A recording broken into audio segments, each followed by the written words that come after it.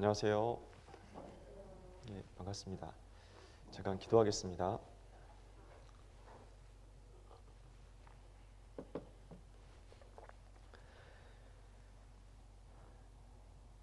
살아계시는 자비로우신 아버지 하나님, 저희를 말씀 앞으로 불러주신 것 감사합니다. 이번 성경 강연을 통해 성경에 살아계신 하나님을 올바로 알고 하나님 보시기 합당한 믿음을 갖고 또 이 성경을 통해 하나님 앞에 저희의 영원한 운명을 깨닫고 구원함을 얻을 수 있도록 도와주시고, 참으로 주님 안에서 더 보람되고 의미 있는 삶을 살 수 있도록 주께서 은혜 베풀어 주시기를 간절히 원합니다. 말씀을 전하는 자의 입술도 듣는 자의 마음도 주께서 붙잡아 주시고 주님 뜻대로만 인도해 주옵소서. 이 시간의 모든 시종을 온전히 주 성령께만 의지합니다. 저희를 사랑하시는 예수님 이름으로 기도했습니다. 아멘. 성경 신명기 18장을 찾겠습니다.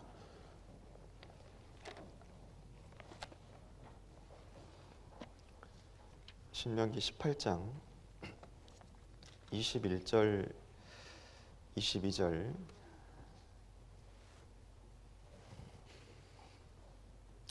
같이 한번 읽어보겠습니다. 내가 혹시 심중에 이르기를 그 말이 여호와의 이르신 말씀인지 우리가 어떻게 알리요 하리라. 만일 선지자가 있어서 여호와의 이름으로 말한 일에 증언도 없고 성취함도 없으면 이는 여호와의 말씀하신 것이 아니요 그 선지자가 방자히 한 말이니 너는 그를 두려워 말지니라.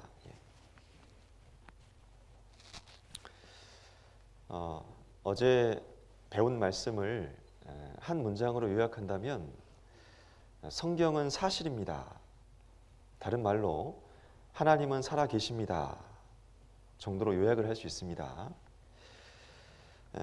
여러분 잠깐이지만 어떠세요? 이틀 정도 들어보시니까 성경이 사실인 게 좀 믿어지세요?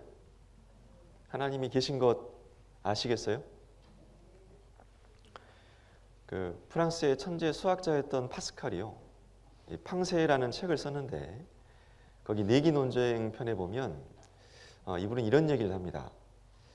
하나님이 계시냐 안 계시냐 하는 이 문제는 그렇게 간단한 문제가 아니기 때문에 믿었을 경우와 그리고 믿지 않았을 경우 그 결과를 따져서 결과가 더 좋은 쪽에다가 선택을 하는 것이 더 이익이다. 그러면서 이 종교를 도박에 비유하면서 내기를 하는 겁니다.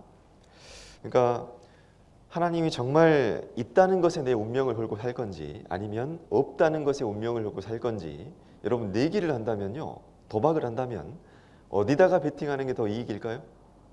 생각해 보셨어요? 그는 수학자답게 결과를 따져봤습니다. 잠깐 보여드리죠. 이게 파스칼의 내기 논쟁인데 신을 믿었을 경우 여러분 결과는 두 가지입니다. 내가 믿었는데 신이 있다면 천국 갈 겁니다. 믿었으니까. 신이 없다면 아무런 이득도 없죠. 그냥 무로 돌아가는 겁니다. 근데 믿지 않았을 경우도 결과는 두 가지입니다. 내가 안 믿었는데 신이 있다면 지옥에 갈 겁니다. 믿지 않았으니까. 신이 없다면 아무런 이득이 없죠. 결과는 이렇습니다. 그래서 파스칼은 이렇게 결론을 내려요. 신이 존재할 가능성이 아무리 낮아도 신을 믿는 것이 믿지 않는 것보다 이득이다. 여러분 맞아요? 그러니까 이 내기는 결국 어떤 내기냐면 잘하면 천국, 잘 못하면 본전 하고, 잘해야 본전, 잘 못하면 지옥, 이 두 가지를 가지고 내기를 하는 겁니다. 여러분 어디다 거는 것이 더 이득일까요? 신이 존재할 가능성이 아무리 낮아도 무조건 믿고 보는 게요, 그게 훨씬 더 이득입니다. 사실 손해볼 게 없어요. 여러분 하나님 믿는 선택을 하고 살아가는 것이 어리석은 게 아닙니다. 물론 이건 도박으로 해결할 수 있는 문제는 아니지만 이렇게 따져봐도 결과를 따져봐도 그렇다는 겁니다. 그래서 이런 집회를 갖는 목적은 여러분에게 믿음을 드리려고 하는 겁니다. 근데 성경에서 잠깐 판서를 좀 하겠습니다. 성경에서 말하는 믿음은요, 이걸 한자로 신앙이라고 합니다. 신앙. 믿음을 한자로 신앙이라고 하죠. 근데 비슷하긴 한데 신념이라는 것도 있습니다. 신념. 그런데 성경에서 말하는 믿음은 신념으로 믿는 것이 아니라 신앙을 가지라고 말씀을 하시는 거예요. 신앙은 뭐냐면 사실을 바탕으로 하는 겁니다. 여러분, 성경에서 말하는 믿음은 반드시 사실을 바탕으로 해야 됩니다. 사실이라는 건 진리라는 뜻이에요. 진리. 여러분, 진리의 특징이 뭡니까? 진리라고 하는 것은 객관적입니다. 그리고 진리라고 하는 것은 보편적이라는 특징이 있어요. 그러니까 사실은 객관적인 거고 누구든지 다 그렇다고 인정할 만한 것이 진리입니다. 반드시 이것을 근거로 믿어야 이 믿음이 흔들리지 않는 거예요. 근데 신념이라는 건 뭐냐면 대개 체험을 근거로 할 때가 많습니다. 체험. 그렇다 보니까 이 신념은요, 대개 주관적입니다. 이 신념으로 믿고 계신 분들은 자기 믿음에 대해서 이야기해보라고 하면 자기 경험을 주로 이야기해요. 자기 체험을 얘기합니다. 그렇다 보니까 주관적이에요. 전에 어떤 어르신 분 한 분을 만나서 대화를 나누는데요. 이분이 교회를 수십 년 다니셨습니다. 하나님 계신 건 믿으셔요. 확실히 믿고 계신데요. 어떻게 그 믿음 갖게 되셨냐고 제가 여쭤봤더니 이 할머님이 쭉 설명을 해주십니다. 내가 병이 몹시 아팠다고. 암도 무슨 암 몇 개 걸려가지고요. 근데 수술을 하셨는데 정말 기적적으로 이 암이 싹 다 사라져 버렸습니다. 수술이 잘 돼서. 암이 한 개가 아니라 막 두세 개 됐는데요. 병이 완전히 나아버린 겁니다. 내가 하나님께 간절히 기도했더니 그런 경험을 했대요. 자기는 확실히 하나님 믿는다고. 그러니까 그런 체험이 있다 보니까 이 어르신은 아주 확실한 이제 나름대로의 믿음이 생기신 겁니다. 여러분, 그러면 여기 앉아 계신 모든 분들이 그런 확실한 믿음을 갖기 위해서는 그런 경험을 다 해야 될까요? 우리가 믿으려면 다 죽을 병 하나씩 알아서 간절히 기도해서 병 낫는 체험을 해야 믿음을 가질 수 있는 겁니까? 그런 식으로 믿음을 갖는 거라면 그건 너무 주관적이잖아요. 그건 전혀 보편적이지도 않습니다. 그러니까 이런 식으로 믿으면 또 어떤 문제가 있냐면 어떤 분들은 교회 안 다니고 절에 가서 간절히 빌었더니요, 병 나은 분도 있거든요. 그럼 그런 경우 그건 부처님이 낫게 한 걸까요? 교회 가서 나오면 하나님이 낫게 한 거고, 그럼 아무 데도 안 가고 그냥 나오신 분들은 뭐죠? 혹시 그런 거 다 우연히 나온 거 아니에요? 여러분, 그게 확인이 안 됩니다. 그렇잖아요. 이런 것이 신념인 겁니다. 이렇게 믿어버리면요, 이건 너무 주관적이고 이 믿음이 왔다 갔다 하는 거예요. 여러분, 성경에서는 신앙을 가지라고 말씀하십니다. 신앙. 그러니까 이 신앙을 가지려면 어떻게 해야 되냐면 반드시 사실, 즉 진리를 바탕으로 해야 됩니다. 여러분, 진리가 뭘까요? 예수님이 말씀하셨습니다. 아버지의 말씀은 진리니이다. 하나님의 말씀이 진리입니다. 그래서 이 말씀의 특징이 객관적이에요. 성경은 사실입니다. 첫째 날부터 배웠지만요, 이 성경 속에는 창조적 사실, 하나님이 창조하셨다는 창조적 사실이 들어있고, 영적 사실, 그리고 역사적 사실, 이것이 다 근거가 있는 거예요. 전부 사실입니다. 근거가 있습니다. 그래서 누구든지 마음을 열고 성경을 배우면 이 성경을 사실로 받아들일 수 있습니다. 저는 99년에 이 사실을 처음 알았어요. 이 사실을 알고요, 정말 사랑하는 사람들이 생각이 났습니다. 제 부모님께도 전해드리고 가까운 친구들한테도 전하고 했더니요, 시간은 좀 걸렸지만 저하고 똑같이 그 믿음을 받아들여요. 왜 그런 겁니까? 이게 사실이니까요. 누구든지 믿을 수 있습니다. 마음 열고 배우면. 사실을 확인하면 믿음이 생겨버려요. 근데 왜 어떤 분들은요, 수십 년을 교회 다녀도 믿음이 안 생긴다고 고백하시는 분도 만나봤습니다. 어떤 교회에 5년 이상을 다니셨어요. 어떤 남자분이 가정의 평화를 위해서. 아내가 너무 열심히 다니는데 다니다 보니까 자기도 믿고 싶은 생각이 들더래요. 근데 솔직히 믿어지진 않더래요. 정말 믿고 싶은데 안 믿어지는 겁니다. 목사님을 찾아갔답니다. 목사님, 제가 솔직히 이렇다고 어떻게 해야 되겠냐고 했더니 목사님이 너무 모호한 답변만 늘어놓는 겁니다. 내가 기도해 주겠다고. 조금만 더 열심히 해보자고. 열심히 하라고. 기도해 주겠다고. 기도하자고. 근데 기도하고 열심히 하는데 믿음은 안 생깁니다. 여러분, 어떻게 해야 믿음이 생길까요? 로마서 10장 17절에 명확한 답이 있습니다. 한번 따라서 해볼까요? 그러므로 믿음은 들음에서 나며 들음은 그리스도의 말씀으로 말미암았느니라. 그러니까 성경은 믿음이라고 하는 것이요, 이 믿음이라고 하는 것이 어떻게 하면 생기냐면, 그러므로 믿음은 들음에서 나며, 들어야 생긴답니다. 들음. 뭘 들어야 되냐? 그리스도의 말씀으로 말미암았느니라. 그러니까 믿음이 정말 생기려면요, 하나님의 말씀을 잘 듣고 배울 때예요, 신기하게 믿음이 납니다. 생깁니다. 그러므로 믿음은 들음에서 나며 들음은 그리스도의 말씀으로 말미암았느니라. 여기 계신 분들은요, 이번에 정말 교회당에 처음 오신 분도 계실 겁니다. 근데요, 불과 이틀 한 4시간밖에 안 들었는데 말씀을 잘 귀 기울여 잘 듣다 보니까 막 믿음이 생길랑 말랑 하신 분도 계시죠? 그런 분도 있거든요. 어떻게 그런 일이 있습니까? 말씀을 들으니까 그래요. 믿음은 들음에서 나며 들음은 그리스도의 말씀으로 말미암았느니라. 들어야, 하나님의 말씀을 올바로 듣고 배울 때 믿음이 생기는 겁니다. 그런 것 없이 교회당만 수십 년을 다녀도 믿음은 조금도 안 생길 수도 있어요. 왜? 믿음은 댕김에서 나며 그렇게 안 돼 있거든요. 교회를 다닌다고 믿음이 생기는 건 아닙니다. 성경을 올바로 배울 때, 듣고 배울 때요, 진짜 믿음이 생겨요. 그래서 하나님 말씀을 근거로 해서 한 번 믿어진 믿음은요, 시간이 지나도 안 바뀝니다. 그래서 성경을 자세히 배우고 있는데, 이 성경을 배우다 보면 또 마음에 이런 의문이 생길 수도 있어요. 여기 신명기 18장 21절, 내가 혹시 심중에 이르기를 그 말이 여호와의 이르신 말씀인지 우리가 어떻게 알리오 하리라. 우리 마음 가운데 이런 의문이 생길 수 있죠.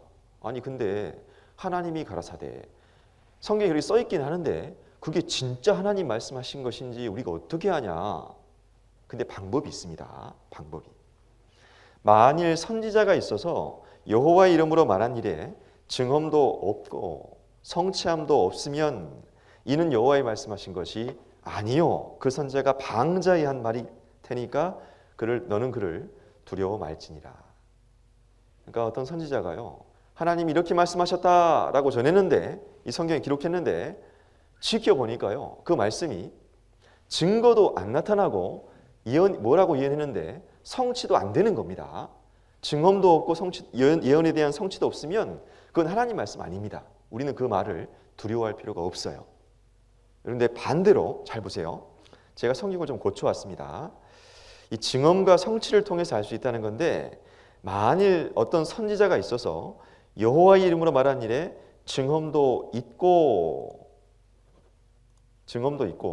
성취함도 있으면요, 이것은 여호와의 말씀하신 것이 맞으니 그 선지자가 방자히 한 말이 아닐 테니까 우리는 그 말씀을 두려워해야 됩니다. 맞죠? 근데 성경을 배워보면 증언과 성취가 있습니다. 성경에 기록된 대로 이스라엘이 저주받고 성경에 기록된 대로 이스라엘이 회복이 됩니다. 그래서 어제 이스라엘 민족을 선택하셔서 복과 저주의 계약을 맺고 이스라엘이 복을 주고 순종했을 때 복 주고 불순종했을 때 저주하는 것을 통해서 하나님의 존재를요, 아주 확실하게 드러내시는 겁니다. 역사라고 하는 것이 정말 성경 기록된 대로 되거든요. 어제 설명드린 대로 이 성경은 하나님 보시는 인류 역사입니다. BC 1500년부터 AD 100년 요 사이에 1600년 동안 기록됐는데, 이 속에는 과거와 미래가 다 들어있어요. 그래서 어제는 주로요, 성경에 기록된 과거가 고고학을 통해서 증거가 있다는 것을 확인해 봤죠. 그래서 에덴 동산, 노아의 방주, 바벨탑, 그리고 이스라엘의 환란의 역사, 과거를 쭉 확인했는데 정말 성경의 기록이 사실이었습니다. 오늘은요, 주로 미래 그리고 현재 20세기 들어서 성취되고 있는 성경의 예언들을 살펴보려고 합니다. 특별히 하나님이 이스라엘을 택했는데 그들의 역사를 성경에 미리 기록해 버렸어요. 여러분, 역사가 미리 기록되어 있는 나라, 유일한 나라는 이스라엘입니다. 창세기 12장에 아브라함을 선택해서 그들의 역사를 쭉 꾸몄는데 다 기록을 해놨어요, 미리. 그런데 이스라엘 백성들이요, 계속 불순종하다가 가장 큰 불순종이 예수님을 배척한 거였습니다. 이 죄로 그들은 전 세계에 뿔뿔이 흩어져서 레위기 26장, 신명기 28장에 기록된 그 형벌을요, 그 저주를 2000년 동안 다 받은 겁니다. 어제 그걸 확인해 봤습니다. 이 벌을 다 받았습니다. 근데 그들의 역사가 이렇게 끝나는 게 아니에요. 하나님이 순종하면 복 준다고 했잖아요. 그래서 역사의 마지막 때 하나님이 그들을 다시 회복시킨다고 하세요.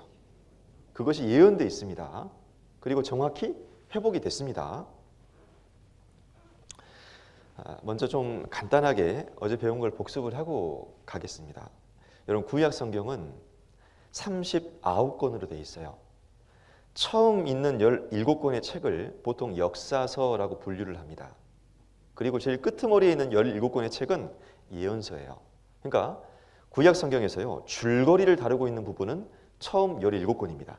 시간 순서대로 창세기부터 에스더까지 기록되어 있어요. 그러니까 여러분이요, 이 구약 성경이 어떤 내용인지 내가 줄거리만 빨리 좀 파악하고 싶다면 앞에 있는 17권만 쭉 읽어버리면 돼요. 그럼 줄거리를 딱 잡을 수 있습니다. 그 줄거리를 세 컷의 만화로 요약을 해왔는데 이런 내용입니다. 구약 성경의 줄거리입니다. 지금으로부터 4000년 전에, 즉 예수님 오시기 2000년 전에 하나님이 아브라함을 불러냅니다. 이 내용이 창세기 12장에 나옵니다. 불러내서요, 내가 네게 지시할 땅으로 가라. 가서 가나안 땅에서 이삭을 낳죠. 이삭은 야곱을 낳습니다. 야곱은 12아들을 낳습니다. 이 시대에 야곱이 12아들 낳고 살던 이 시대에 큰 흉년이 들어서 이집트에 피난을 가죠. 근데 거기 가서 처음 30년은 잘 살다가 뒤에 400년은요 종으로 삽니다. 그래서 하나님이 모세를 보내줘서 그들을 출애굽시켰죠. 홍해바다를 쭉 가르고. 어제 배웠죠. 그리고 430년 만에 고향으로 돌아온 겁니다. 돌아와 보니 가나안 7족속이 살고 있었습니다. 그래서 여호수아가 대장이 되어서 7년간 정복 전쟁을 해서 이 땅을 다시 차지합니다. 그리고 이스라엘 12지파가 이 땅을 나눠서 분배해서 나눠 갔습니다.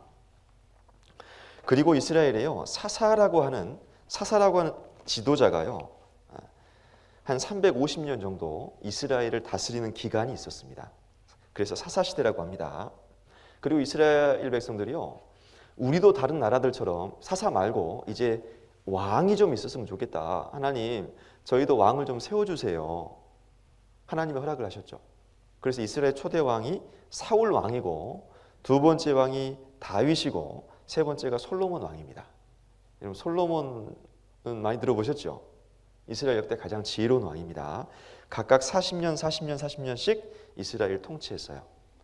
그런데 솔로몬이 처음 시작은 좋았는데 말년에요, 하나님께 범죄하고 우상을 섬깁니다. 그래서 하나님께서 그 벌로요, 솔로몬 때 말고 그 아들 때 BC 930년에 이스라엘을 남북으로 쪼개버려요. 북쪽 이스라엘과 남쪽 유다. 이때부터는 두 나라가요 계속 치고받고 싸웁니다. 그러다가 북쪽 이스라엘이요 19명의 왕이 지나는 동안 계속 하나님께 불순종하다가 하나님이 참다 못해 BC 722년에 아시리아라는 나라를 들어서 먼저 북쪽 이스라엘을 심판해버려요. 이때 북이스라엘이 망합니다. 이제 남쪽만 남았죠. 남쪽도 정신 못 차리고 20명의 왕이 지나는 동안 선한 왕도 있었지만 대부분 불순종하다가 바벨론이라는 나라예요. BC 606년에 주권을 빼앗깁니다. 그리고 나라가 망합니다.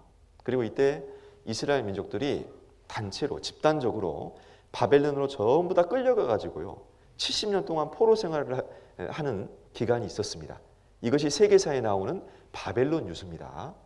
70년의 유수기를 보내고 70년 후에 고국으로 돌아오긴 했어요.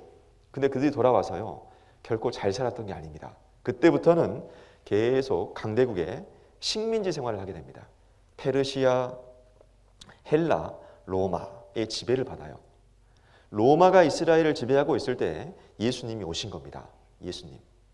예수님은 구약 성경에 300가지가 넘는 예언으로 보내주신다고 약속을 했는데 그들은 예수님마저 배척하고 죽여버려요. AD 33년경에 32년 혹은 33년이라고 보통 얘기를 합니다. 그래서 그 벌로요 이스라엘이 어떻게 됐습니까? 이때를 분기점으로 해서요 성경에 예언된 모든 형벌을 갑자기 다 받게 됩니다. 38년 뒤에 로마 군대가 쳐들어와서 AD 70년에요 예루살렘이 완전히 파괴되고 135년의 디아스포라 전 세계에 뿔뿔이 흩어져서 2000년 동안 칼이 따라다녔습니다. 그들은 집단적으로 학살당하는 일이 있었던 겁니다. 여러분 이것이 이스라엘의 역사예요. 구약 성경에 나타난. 여러분 구약 성경을 다 읽으셨습니다. 대략 그런 내용입니다. 근데 성경을 읽다 보면 또 한 가지 중요한 예언이 있어요. 신명기 4장 27절에 여호와께서 너희를 열국 중에 흩으실 것이요 여호와께서 너희를 쫓아 보내실 그 열국 중에 너희의 남은 숫자가 많지 못할 것이며 정말 이 말씀대로입니다. 이들은요 열국 중에 흩어져 가지고 너무 많이 죽임을 당해서 그들의 수가 얼마 많지 못합니다. 이스라엘 땅에 살고 있는 현재 인구가 구글에 검색해 봤더니 한 915만 정도 얘기하고 흩어져 있는 이들의 숫자 다 합치면 1650만 정도 될 거라고 보통 학자들이 얘기를 하더라고요. 1650만. 우리나라 인구가 얼마입니까? 나만 5100만이 좀 넘는다고 하는데 우리나라의 3분의 1 수준밖에 안 됩니다. 유대 인구는. 너무 많이 역사 가운데 죽임을 당해서요. 그런데 신명기 4장 30절 31절에 이렇게 말씀이 있어요. 이 모든 일이 네게 임하여 환난을 당하다가 끝날에 네가 네 하나님 여호와께로 돌아와서 그 말씀을 청종하리니 그가 하나님이 너를 버리지 아니하시며 너를 멸하지 아니하시며 내 열조에게 맹세하신 언약을 잊지 아니하시리라. 하나님께서 이스라엘을 회복시키시겠다는 예언을 하신 겁니다. 환난을 당하다가요 완전히 망한다 그렇게 안 돼 있어요. 환난을 당하다가 끝날에 마지막 때가 되면 역사의 마지막 때가 되면 그들이 돌아온답니다. 하나님께로. 하나님이 버리지 않는데요. 왜 하나님이 이스라엘을 안 버릴까요? 그 이유는 바로 이겁니다. 언약 때문이에요. 그 열조에게 창세기 12장에 아브라함에게 분명히 복을 주시겠다고 약속을 했고 그 약속을 반복적으로 하셨습니다. 이스라엘은 하나님과 특별한 언약이 맺어진 백성들이기 때문에 잘못하면 벌은 받지만요. 그렇다고 완전히 망하진 않아요. 반드시 회복시킵니다. 그래서 이스라엘 회복에 대한 예언이 성경에 많이 있는데요. 이건 중요한 말씀이기 때문에 에스겔 36장을 한번 찾겠습니다. 할 수만 있다면 직접 찾아서 눈으로 읽으시면서 확인하시는 게 더 좋을 것 같아요. 에스겔 36장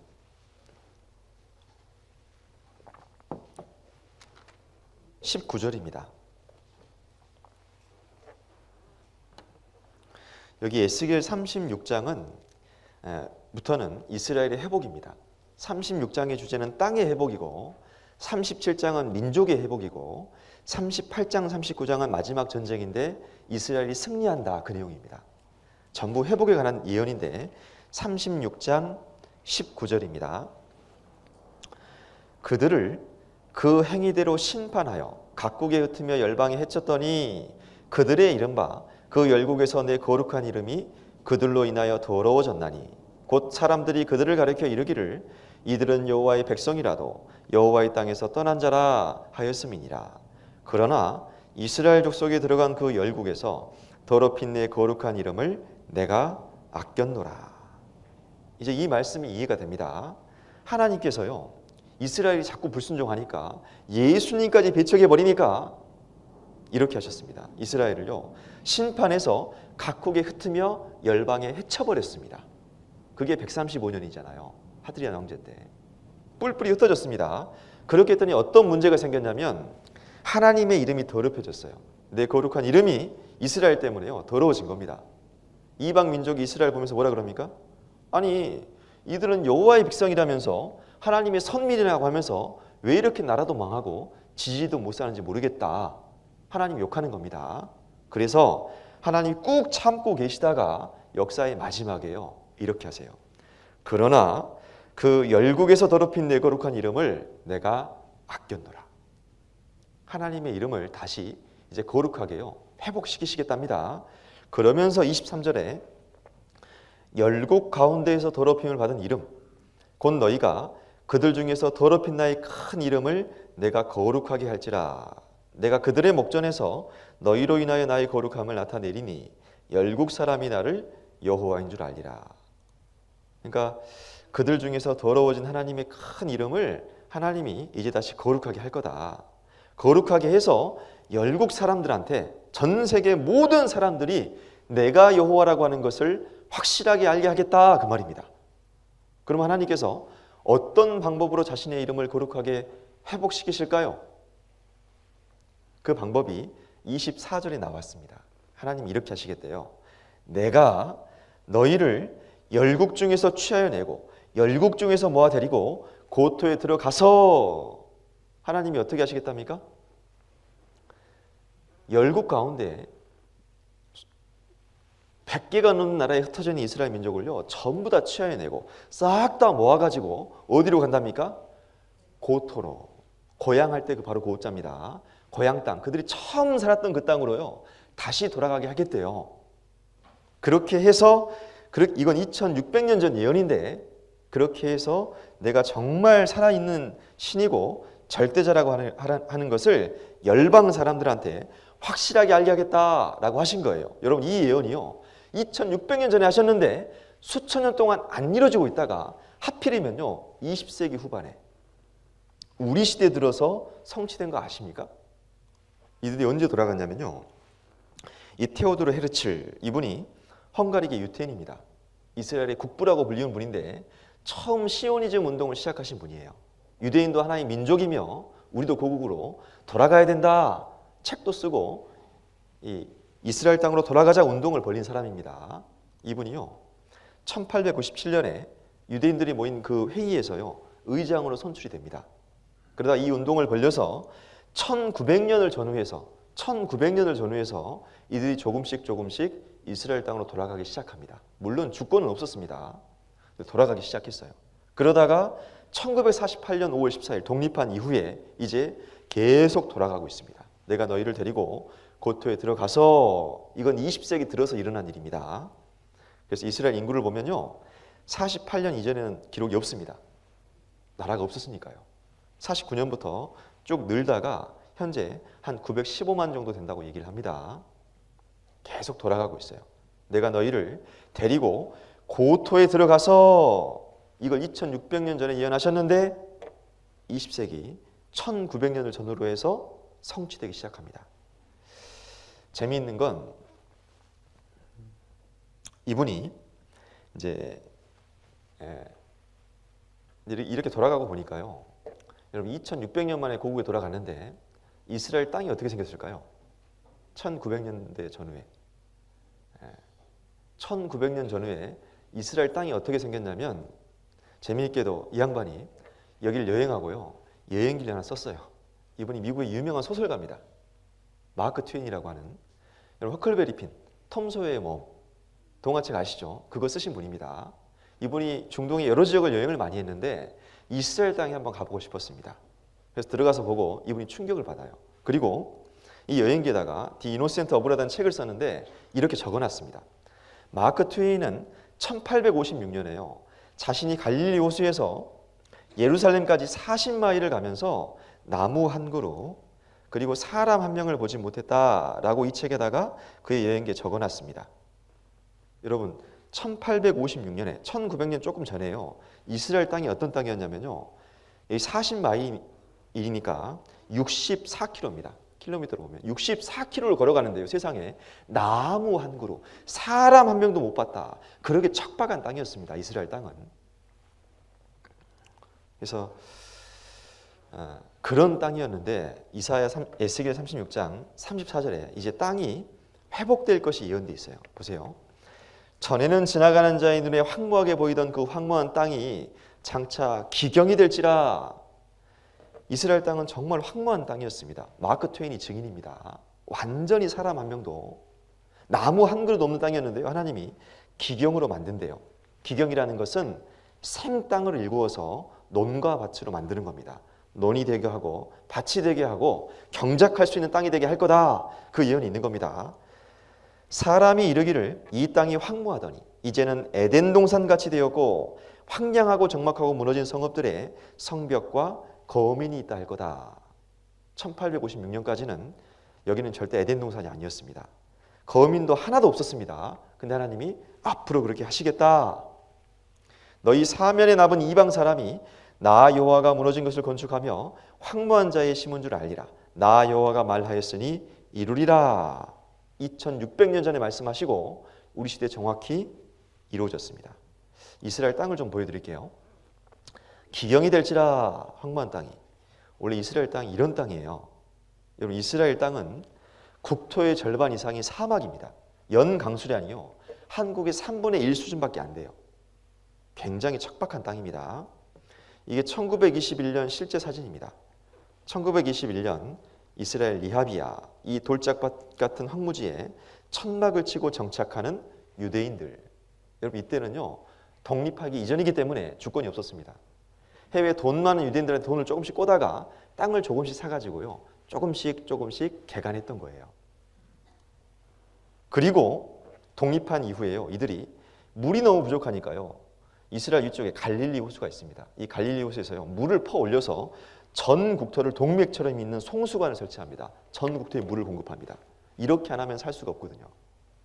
그래서 이들은요 황무지를, 사막을 젖과 꿀의 땅으로 바꿨습니다. 국토의 55%, 절반 이상을요 2억 평 정도 되는데 이걸 젖과 꿀의 땅으로 바꾼 거예요. 그래서 피와 눈물로 꽃피운 약속의 땅이라고 얘기해요. 피와 눈물로 꽃피운 땅. 근데 이거 보면 정말 이해가 돼요. 여러분, 이들은요 보세요. 여기 사막이죠. 사막에다 지금 뭐 하고 있습니까? 위에 초록빛 보이세요? 농사를 짓습니다. 이들은 사막 한 복판에다가 비닐하우스 쳐놓고요 농사를 짓습니다.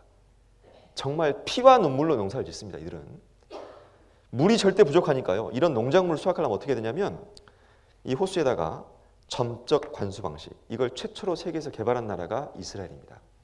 작물 하나 심으면 호수에 구멍 뚫어가지고요 물을 한 방울씩 똑똑 떨어뜨려서 물을 줍니다.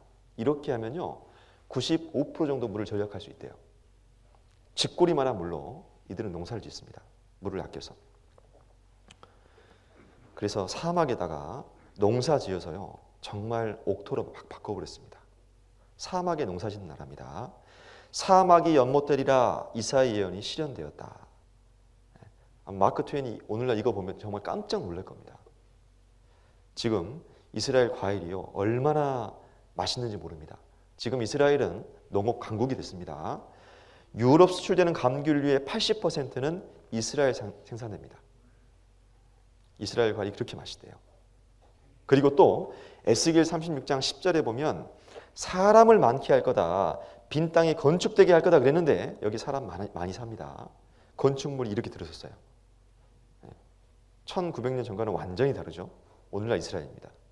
이 같은 지형을 찍어 놓은 건데요, 이런 땅을 이렇게, 이런 땅을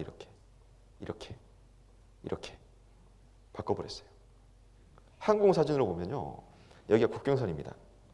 여기는 이집트고 여기는 이스라엘인데요, 여러분 색깔이 다르죠?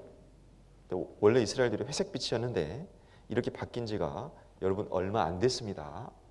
최근 독립한 이후 최근 70여 년 사이에 에스겔 36장에 땅이 회복될 거다, 에덴 동산처럼 될 거다, 그 예언이 성취된 겁니다. 땅이 황무하더니 이제는 에덴 동산같이 되었고. 잠깐 이스라엘을 감상하겠습니다.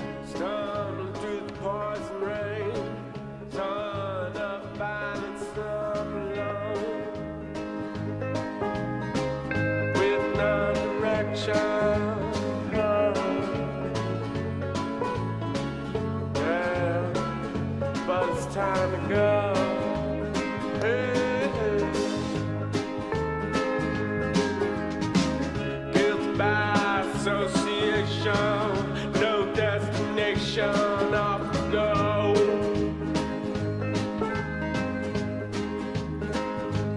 Down the hall,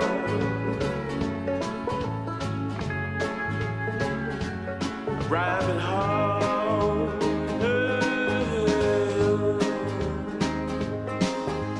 Blue sky, far truth behind the lies. Dark eyes, lost in sin. Come, baby, gotta let me in. Blue sky, find the truth behind the lies. Dark eyes, lost in sin. Come, baby, gotta let me in.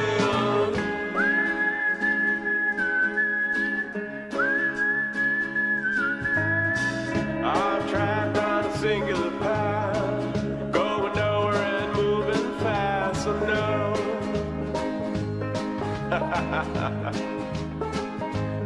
예, 이스라엘은 2600년 만에 고토로 돌아왔고 땅도 정말 에덴 동산처럼 바뀌었습니다.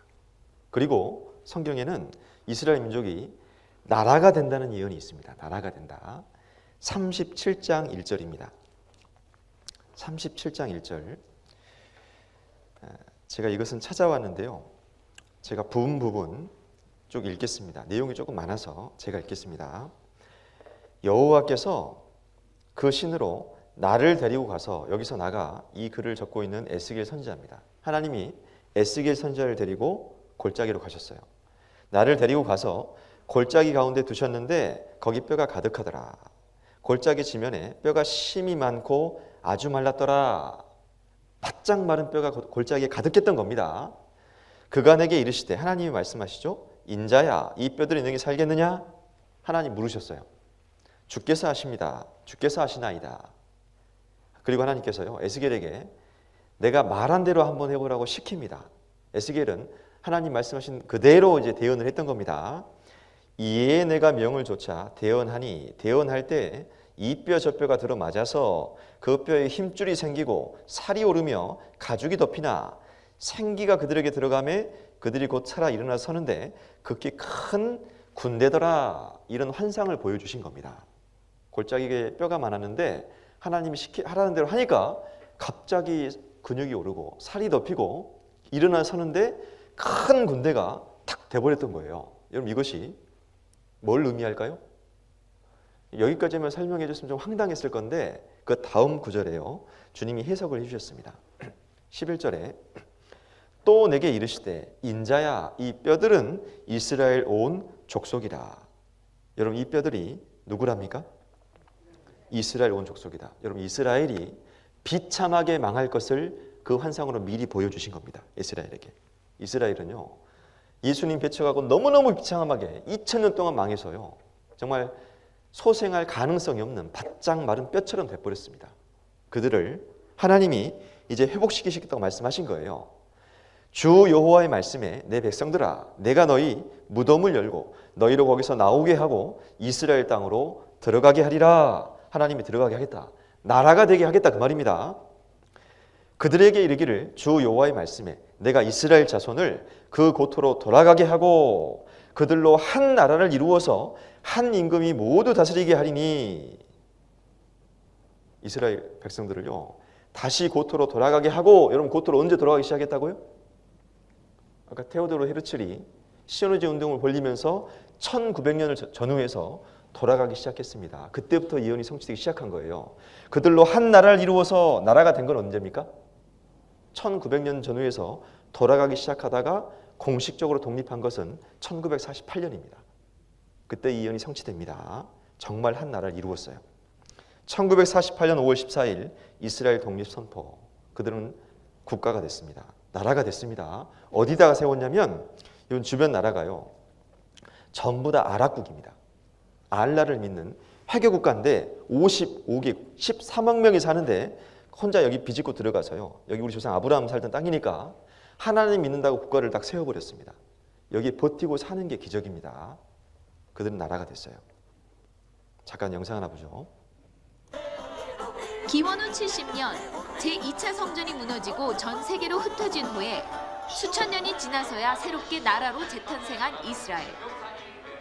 그 사이 유대인들은 역사 속에서 많은 고난과 시련을 겪어왔습니다. 이스라엘 독립은 자신을 방어할 수 있는 국가를 원했던 세속적 유대인들과 성경의 약속만을 바라보는 종교적 유대인들의 소망이 현실로 나타난 사건이었습니다. 1948년 5월 14일 독립선포 당시 낭독된 선언문에는 유대인들이 가지고 있던 나라에 대한 열망과 시오니즘이 고스란히 담겨 있습니다. This document is the ultimate and complete narrative of the Zionist Jewish ideology. The idea that the Jews have the rights like any other people to live as free people in their native homeland and defend their children in dignity. This is Zionism. 그리고 그들이 돌아올 때에는요, 빈손으로 돌아오는 것이 아니고 성경에 전 세계 열방의 재물을 다 가지고 돌아올 것도 예언되어 있습니다. 이사야 60장은 찾아보죠. 이사야 60장.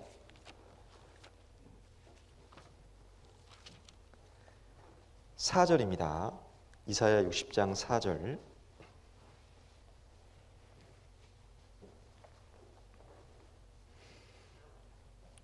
제가 읽겠습니다.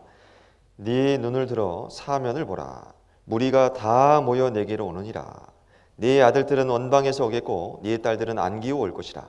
그때 네가 보고 희색을 바라며 내 마음이 놀라고 또 화창하리니 이는 바다의 풍부가 내게로 돌아오며 열방의 재물이 내게로 옴이라.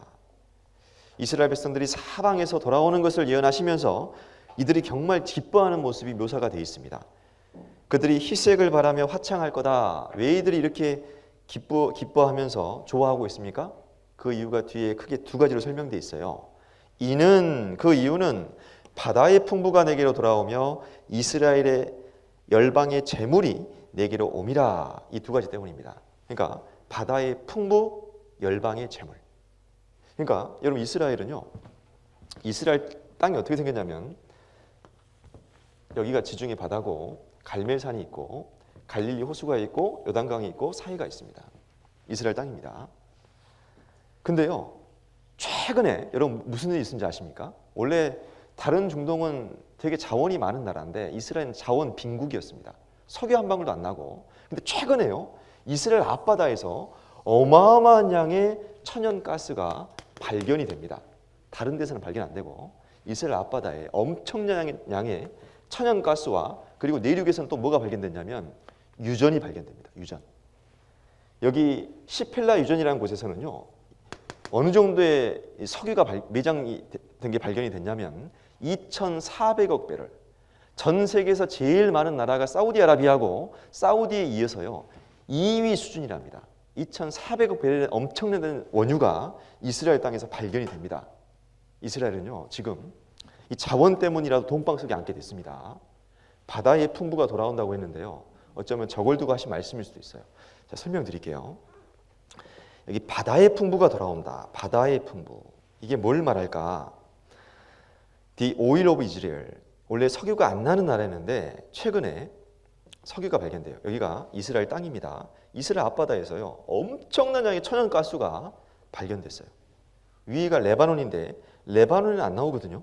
이스라엘 앞바다에서만 나옵니다. 가스가.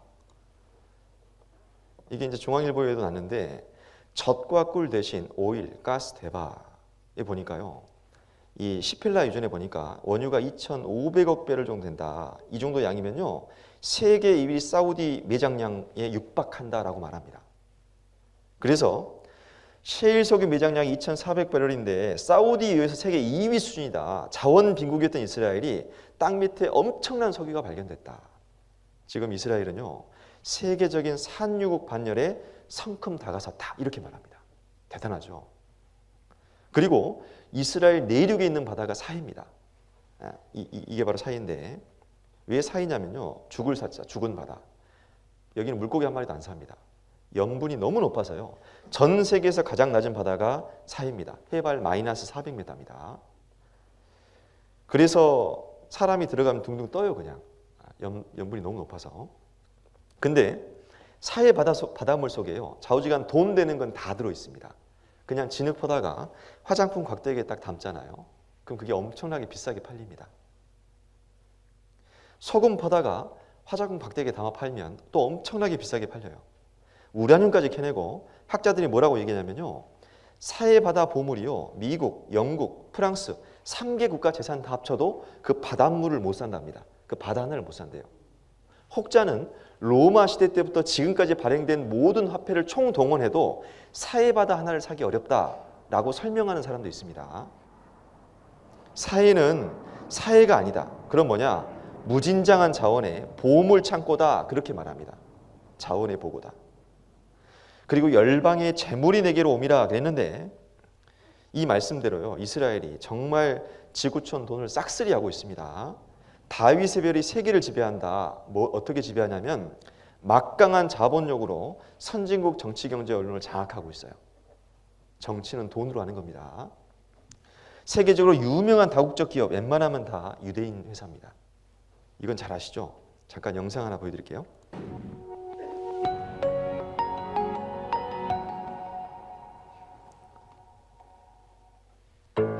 확실한 증인 이스라엘. 사람들은 흔히 성경을 기독교인들이 보는 종교의 경전이라고 생각합니다. 그러나 성경을 연구한 학자들은 실제 역사와 인생의 진리를 기록한 책이라고 말합니다. 우리 시대 과학의 발달로 인해 성경이 사실이라는 게 각 분야에서 밝혀지고 있습니다. 성경을 연구한 전문가들은 모든 사람들이 확인할 수 있는 확실한 증거로 이스라엘을 지목하고 있습니다. 이스라엘은 중동에 위치한 국가로 인구는 1,500만 명 정도며 전 세계 인구의 0.2%에 해당하는 작은 나라입니다. 그런데 성경은 3,500년 전에 이 작은 나라가 모든 민족 위에 뛰어날 것에 대해 말하고 있습니다.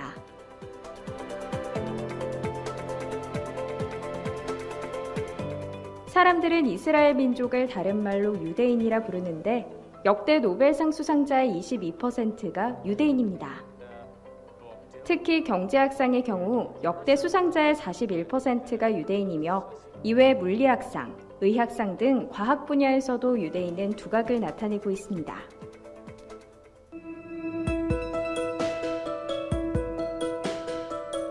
명문대 진학률에서도 유대인은 높은 수를 차지하고 있는데요. 미국 상위 15개 대학의 유대인 비중은 21%가 넘습니다. 이뿐 아니라 아인슈타인, 미국의 전 국무장관 헨리 키신저, 미국의 경제대통령이라고 불리는 앨런 그린스펀, 세계 영화를 움직이는 스티븐 스필버그, 이들의 공통점이 유대인이라는 겁니다.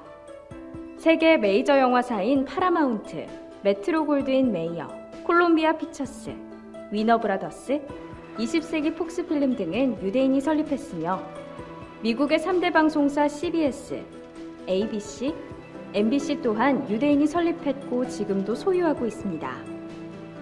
이외에도 미국에서 유대인의 영향력은 절대적입니다.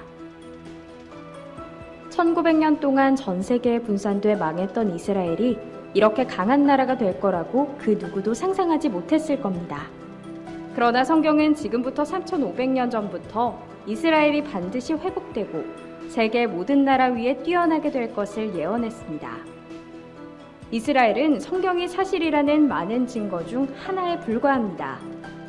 성경을 더 자세히 확인해 본다면 하나님의 존재와 인생의 진리를 확인하고 참된 행복을 찾을 수 있습니다.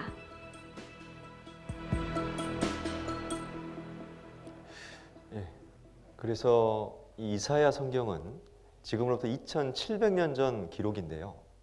이 이사야 선지자를 통해서 이스라엘 백성들이 사방에서 돌아와서 열방의 재물과 바다의 풍부가 돌아와서 기뻐하는 모습을 예언해 놓은 겁니다. 그런데 이들이 돌아올 때예요. 어떤 모습으로 돌아올 건지도 예언이 돼 있어요. 이게 8절에 보면 돌아오는 방법이 예언돼 있습니다. 8절에 저 구름같이 비둘기가 그 보금자리로 날아오는 것 같이 날아오는 자들이 누구뇨? 그랬죠. 이들이 어떻게 돌아옵니까? 날아오는 자들이 누구뇨? 여기 날아오는 자들, 이 사람 자자잖아요. 사람 보고 지금 날아서 온다는 표현이 있는 겁니다. 2700년 전에. 여러분 사람이 어떻게 납니까? 이건 정말 이 표현 자체가 너무 놀라워요. 어떻게 사람이 날아서 와요? 여러분 비행기가 언제 처음 개발됐습니까?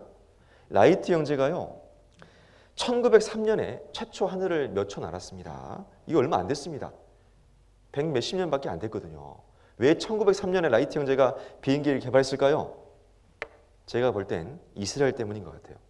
이제 이스라엘이 돌아올 때가 됐거든요. 근데 이들은 통계에 보면 103개 국가에 흩어져 있기 때문에 이 국경이 있으니까요. 비행기가 없으면 돌아오기가 어렵습니다. 그래서 국경을 넘어서 비행기를 타고요. 이들이 돌아옵니다. 해마다 계속 돌아오고 있습니다. 비행기 타고 오죠. 비둘기가 보금자리로 날아오는 것 같이 날아오는 자들이 누구뇨? 그들이 날아오고 있어요. 비행기 타고 왔습니다. 그리고 이사야 60장 22절에 보니까 강국이 될 거라고 예언했습니다.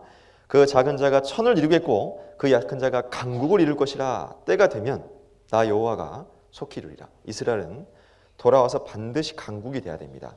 근데 어느 정도 강해져야 되냐면 신명기 28장 1절에 네 하나님 여호와께서 너를 세계 모든 민족 위에 뛰어나게 하실 것이라. 1등입니다. 1등. 여러분 전교 1등 해봤어요? 혹시 해보신 분? 전에 한 분 손 드시더라고요. 전국 1등 해보신 분 있습니까? 전국 1등?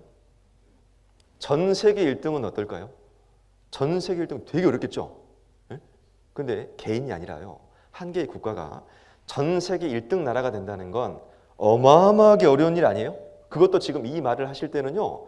이스라엘 형편이 어땠냐면 이집트에서 노예로 부림당하고 있다가 모세의 인도로 겨우 탈출했습니다. 아직 고향 땅을 밟아보지도 못했습니다. 지금 광야 한복판에 있을 때 하신 말씀 요 말씀이에요. 신명기 28장 1절.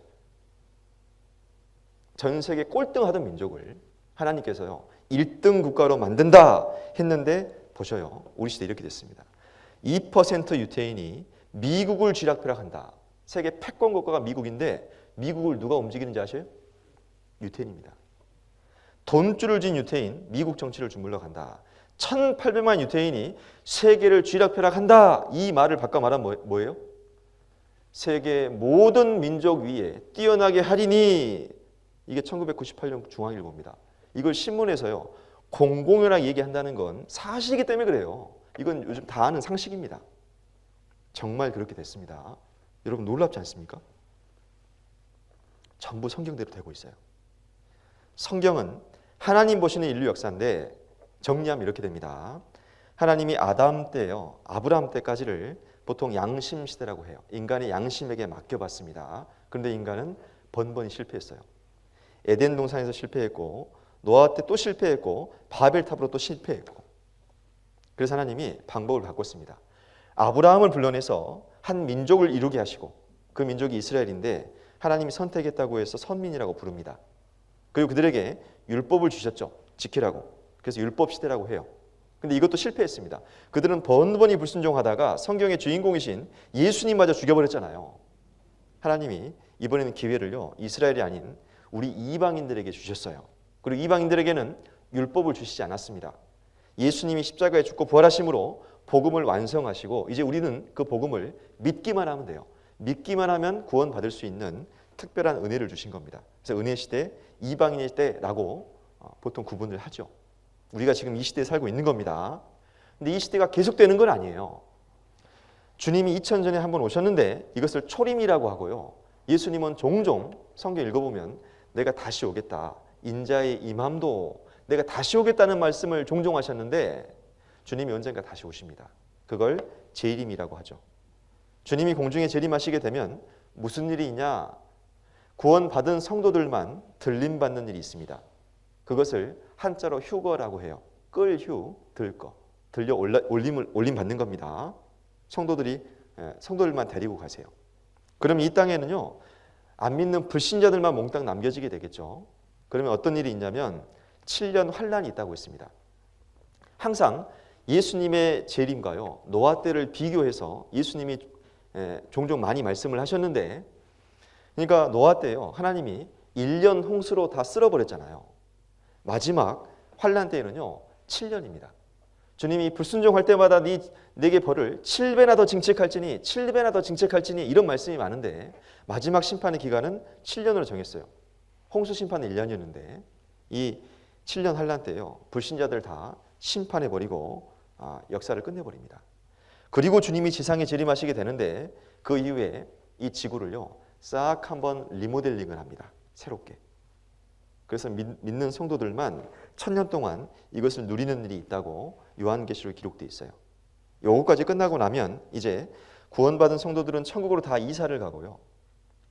천국으로 가고, 그리고 역대 구원 안 받은 악인들은 다 7년한테 죽임당했잖아요. 그 영혼은 지금 음부에 가 있습니다. 그 음부에 있는 영혼을 끄집어내서 최후의 심판대에 세워서 심판을 하십니다. 그게 요한계시록 20장에 나옵니다. 내일 배울 거예요. 심판하고 나서 최종 불못으로 던져 놓습니다. 이것이 하나님 보시는 인류 역사의 시나리오입니다. 근데 우리는 지금 어느 시대에 살고 있는 거냐면, 물론 은혜 시대인데 은혜 시대의 막바지에 살고 있는 게 틀림없어요. 이제 은혜 시대가, 이방인의 시대가 끝나가고 있습니다. 주님의 재림이 임박한 때에 살고 있는 게 틀림없어요. 그래서 교회 다니는 사람들이 말세지 말이다 이런 말을 많이 쓰는데요. 주님의 재림이 가까운 거예요. 근데 그걸 어떻게 아냐면 성경에 주님의 재림의 징조를 아주 자세하게 말씀해 주셨기 때문에 그 징조를 바탕으로 살펴보면요, 우리 시대를 어느 정도 분별할 수 있습니다. 그래서 주님의 재림의 때가 왜 가까웠는지 5분 쉬었다가 말씀드리겠습니다.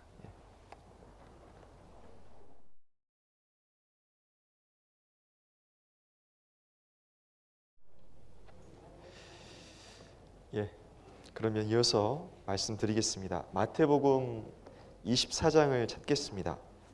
마태복음 24장입니다.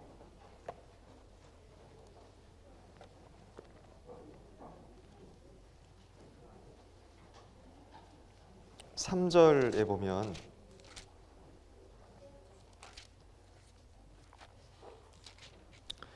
제가 읽겠습니다. 예수께서 감람산 위에 앉으셨을 때 제자들이 종령이 와서 가로되 우리에게 이르소서 어느 때 이런 일이 있겠사오며 또 주의 임하심과 세상 끝에는 무슨 징조가 있사오리이까. 예수님께서 감람산 위에 앉아 계시는데 제자들이 조용히 와서 질문을 했습니다. 그 질문의 내용이 바로 이거죠.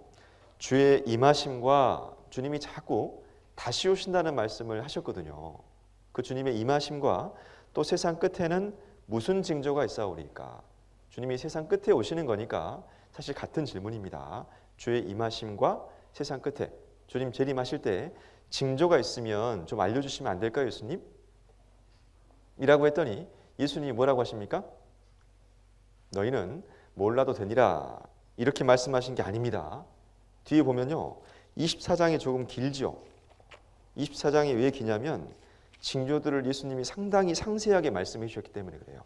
아주 징조에 대해서 자세하게 말씀해 주셨습니다. 이걸 딱 간추리면 이런 내용들입니다. 주의 임하심과 세상 끝에는 무슨 징조가 있사오리까? 이 질문에 미혹, 분쟁, 기근, 지진, 질병, 불법이 성하고 복음이 온 세상에 전파되고 이스라엘이 회복될 거다. 이게 징조래요. 이제 이걸 다 살펴보면 시간이 오래 걸리니까 몇 가지만 좀 말씀드려 볼게요. 첫 번째 징조가, 이런 징조가 나타나고 예수님 오신다 그 말입니다. 첫 번째 말씀하신 징조가 4절인데 많은 사람이 내 이름으로 와서 이르되 나는 그리스도라 하여 많은 사람을 미혹해 하리라. 그러니까 내가 바로 그리스도다, 아니 예수가 다시 오신다가 아니냐, 내가 바로 그 예수다, 내가 재림 예수다, 이런 사람이 많이 나타난대요. 종교의 타락, 그래서 미혹하게 하는 일이 있다. 이게 첫 번째 징조입니다. 우리나라에요, 하나님이 20명, 예수님이 50명 있는 거 아셔요? 이번 코로나 때문에 잘 알려진 종교 집단이 있죠. 뭐 뉴스에도 나왔으니까. 그 신천지 총회장님이요, 기자회견에서 큰절도 한번 했죠, 작년에. 근데 그쪽 동네에서는 그분이 쉽게 말하면 재림 예수입니다. 예수의 영이 그분에게 임했고 그분은 영생불사하고 죽지도 않는다라고 신도들이 다 믿고 있어요. 근데 딱 한 분 안 믿는 사람이 있답니다. 누굴까요? 그분. 그래서 그분은 이제 병원도 다니시고 가까이 있던 측근이 몇 년 전에 나와가지고 CBS 방송에서 신천지 아웃 그 슬로건으로 강의 많이 하시더라고요. 그 얘기 하시더라고. 다 믿는데 본인만 안 믿고 있더라고. 근데 그런 사람들이 많아지는데요. 많이 따라갑니다. 그게 마지막 시대 징조라고 했습니다. 여러분 미국에는요. LA에만 한 2,000명, 미국 전역에만 한 2,000명이 넘는 숫자가 있답니다. 자칭 예수가. 세계적으로 굉장히 많습니다. 과거에 이렇지 않았거든요. 이게 징조입니다. 그리고 또 두 번째 말씀하신 것이 지진이에요. 처처의 기근과 지진이 있으리니 누가복음 21장 11절에도 처처의 큰 지진과 그랬죠. 그 지진인데 보통 지진이 아닙니다. 큰 지진이에요. 큰 지진. 여기 큰 지진이 징조입니다. 그리고 처처에 곳곳에 지진이 잘 안 일어나던 곳까지 지진이 일어나요. 지진 통계 보면요. 20세기 들어서 많이 증가했습니다. 1970년대까지만 해도요. 5천 회를 잘 넘지 않았어요. 1977년, 78년, 79년 전부 다 5천 회 미만이었습니다. 그런데 2000년에 들어서서 벌써 여기를 넘었죠. 여기가 2만 5천 회. 5배 이상 증가했습니다. 2000년에 들어서. 강도도 더 세져요. 강도도. 성경은 지진의 원인을 이렇게 설명합니다.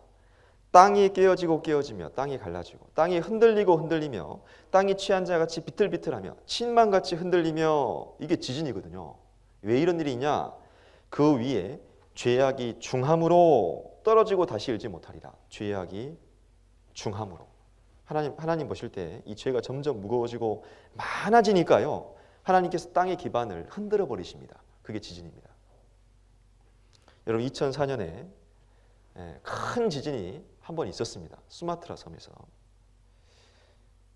이때 이 사건 때문에요. 쓰나미라는 용어가 대중에게 알려지게 된 겁니다. 이 수마트라 섬이 조그마한 섬이 아니에요. 전 세계에서 6번째로 큰 섬이고 한반도보다 2배 큰 섬인데요. 통째로 36m가 이동해 버렸습니다.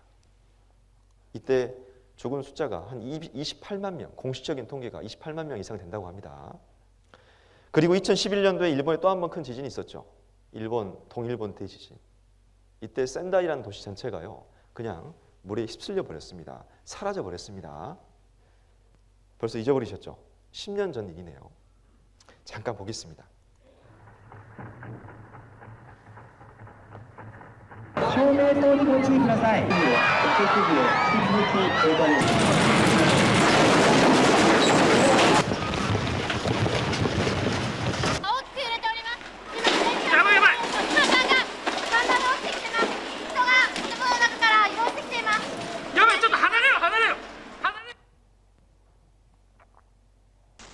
It is still going.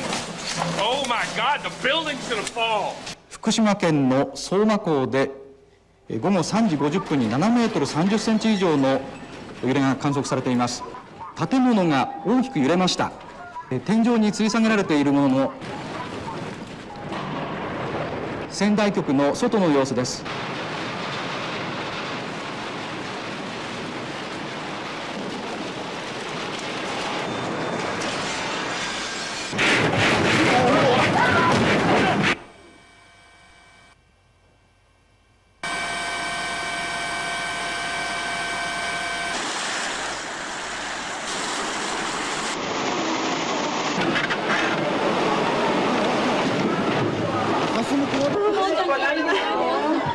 家が流されています。船が流されている様子も確認すること。家が一気に押し流されてます。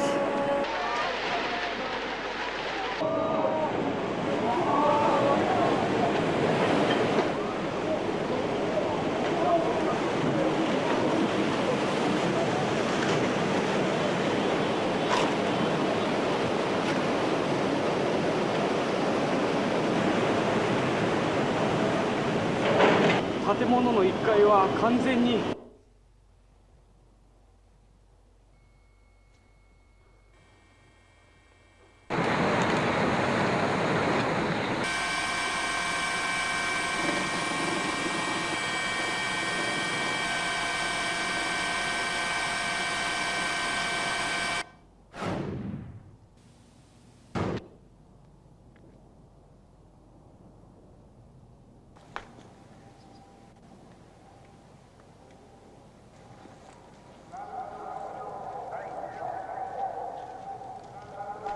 지진이 참 무섭죠. 그리고 지금은요, 지진이 잘 안 일어나는 곳에도 지진이 일어납니다. 우리나라는요, 1978년부터 기상청에서 이 지진을 관측하기 시작했습니다. 그 이전은 데이터가 없고, 78년도부터 80년 보니까요, 한반도 전체에 50회를 넘지 않았는데 이제 2000년 들어서서요, 2011, 15년 보니까 300회를 넘었습니다. 우리나라도요, 6배 증가했습니다. 강도도 세집니다. 기상청 자료인데요, 쭉 보니까 1978년도, 80년대, 90년대 20회를 잘 넘지 않았습니다. 지진이.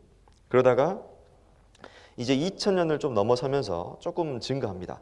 37회, 49회, 50회, 그러다가요, 조금 전에 2011년 동일본 대지진 이후에 갑자기요, 막 200회도 넘고요, 250회도 넘고요, 많이 늘었죠. 우리나라도. 동일본 대지진, 조금 전에 보여드린 그 지진을 분기점으로 해서요, 전 세계적으로 지진이 상당히 급증했습니다. 불의 고리. 2016년 경주에서 지진이 한번 크게 있었습니다. 2017년 포항에서 한번 크게 흔들렸죠. 아파트가 통째로 기울기도 하고, 작년에서 해남에서만요, 지진이 2주간 74회 있었습니다. 아셨어요? 다행히 규모는 작았으니 망정이지, 이제 우리나라도요, 자꾸 흔들립니다. 처처에 지진이 있으리니. 지진이 증거합니다. 그리고 또 증거가 14절에 이 천국 복음이 모든 민족에게 증거되기 위하여 온 세상에 전파되리니 그제야 끝이 오리라. 여러분, 복음이 온 세상에 전파되는 것이 징조입니다. 여러분, 이 말씀을 예수님이 하신 거예요. 30대 청년 예수. 여러분, 제자랍시고 상상해 보십시오. 2000년 전에 감람산에 앉아서요, 이 30대 청년 예수가 제자랍시고 뭐 어부, 세리, 어중이, 떠중이 모아놓고 지금 얘기하는 겁니다. 얘들아, 잘 들어라. 나중에 내가 다시 올 땐 말이야, 내가 한 말이 전 세계 다 전파될 거야. 그러면 끝이 온다 라고 하신 거거든요. 여러분, 그가 누구길래 그분이 하신 말씀이 전 세계 다 전파될 수가 있습니까? 그분이 누구길래? 근데 보셔요, 이 성경은요, 코로나19 속에서도 3,435개언어로 번역이 되어서 온 세상에 꽉 차 있습니다. 복음이 온 세상에 전파가 됐지요. 이 말씀도 정확히 성취된 겁니다. 지금과 같은 인쇄술이나 번역 기술이 없었으면 불가능한 일인데 지금은 이것이 됐어요. 지금 번역하는 게 너무 좋아졌습니다. 외국어 이제 공부할 필요도 없겠더라고요. 이런 구글 뉴스 들어가서 러시아 구글, 독일 구글 아무거나 쳐서요, 그냥 확인 버튼 한번 딱 누르면 모든 번역이 한국어로 싹 바뀌어버립니다. 번역하는데 1초도 안 걸려요. 안 해보셨어요? 예, 외국 기사도 그냥 우리 한글로 다 읽을 수 있습니다. 그리고 11절에 누가복음 21장도 같은 내용인데 여기는 한 가지 더 이야기했습니다. 첫째, 큰 지진과 기근과 더불어서 온역이 있겠고 온역을 말씀했습니다. 여러분, 이 온역이 전염병이에요. 전염병. 여러분, 그 기억하셔요? 그 1980년에요. 1980년에 5월 8일 날 세계보건기구에서요, 이 천연두의 종식을 선언했습니다. 1980년 5월 8일 날 인류는 그러면서요, 이 의학계에서 어떤 이야기를 조심스럽게 했냐면, 야, 드디어 인류는 이 전염병과의 전쟁에서 승리하였다. 1980년대에는 그런 말들을 의학계에서 했다니까요. 그것은 인간의 완벽한 착각이었습니다. 2000년 전에 예수님은 마지막 징조가요, 분명히 온역이라고 했습니다. 인류는요, 절대 전염병과 싸워서 못 이깁니다. 조금 시간 지나니까, 한 10년 정도 지나니까 1990년대부터요, 다시 말이 바뀝니다. 이런 기사가 나옵니다. 1999년에 21세기도 전염병 재앙 온다. 새로운 질환들이 나타나서요, 기존 전염병이 다시 창궐합니다. 항생제도 말을 안 들어요. 전염병이 인류의 공적 1호가 될 거다. 2003년에 바이러스 공습, 대재앙 경고. 2003년에 사스가 있었습니다. 2009년에 신종 플루가 있었죠. 역대 전염병 중에서 전파력이 가장 강력한 것이 신종 플루였습니다. 짧은 시간에 전 세계 2억 명을 감염시켰거든요. 전파력으로는 지금까지 역대급이었습니다. 2012년에 메르스가 있었고 14년에 에볼라가 있었습니다. 이 에볼라는요, 치사율이 굉장히 높았습니다.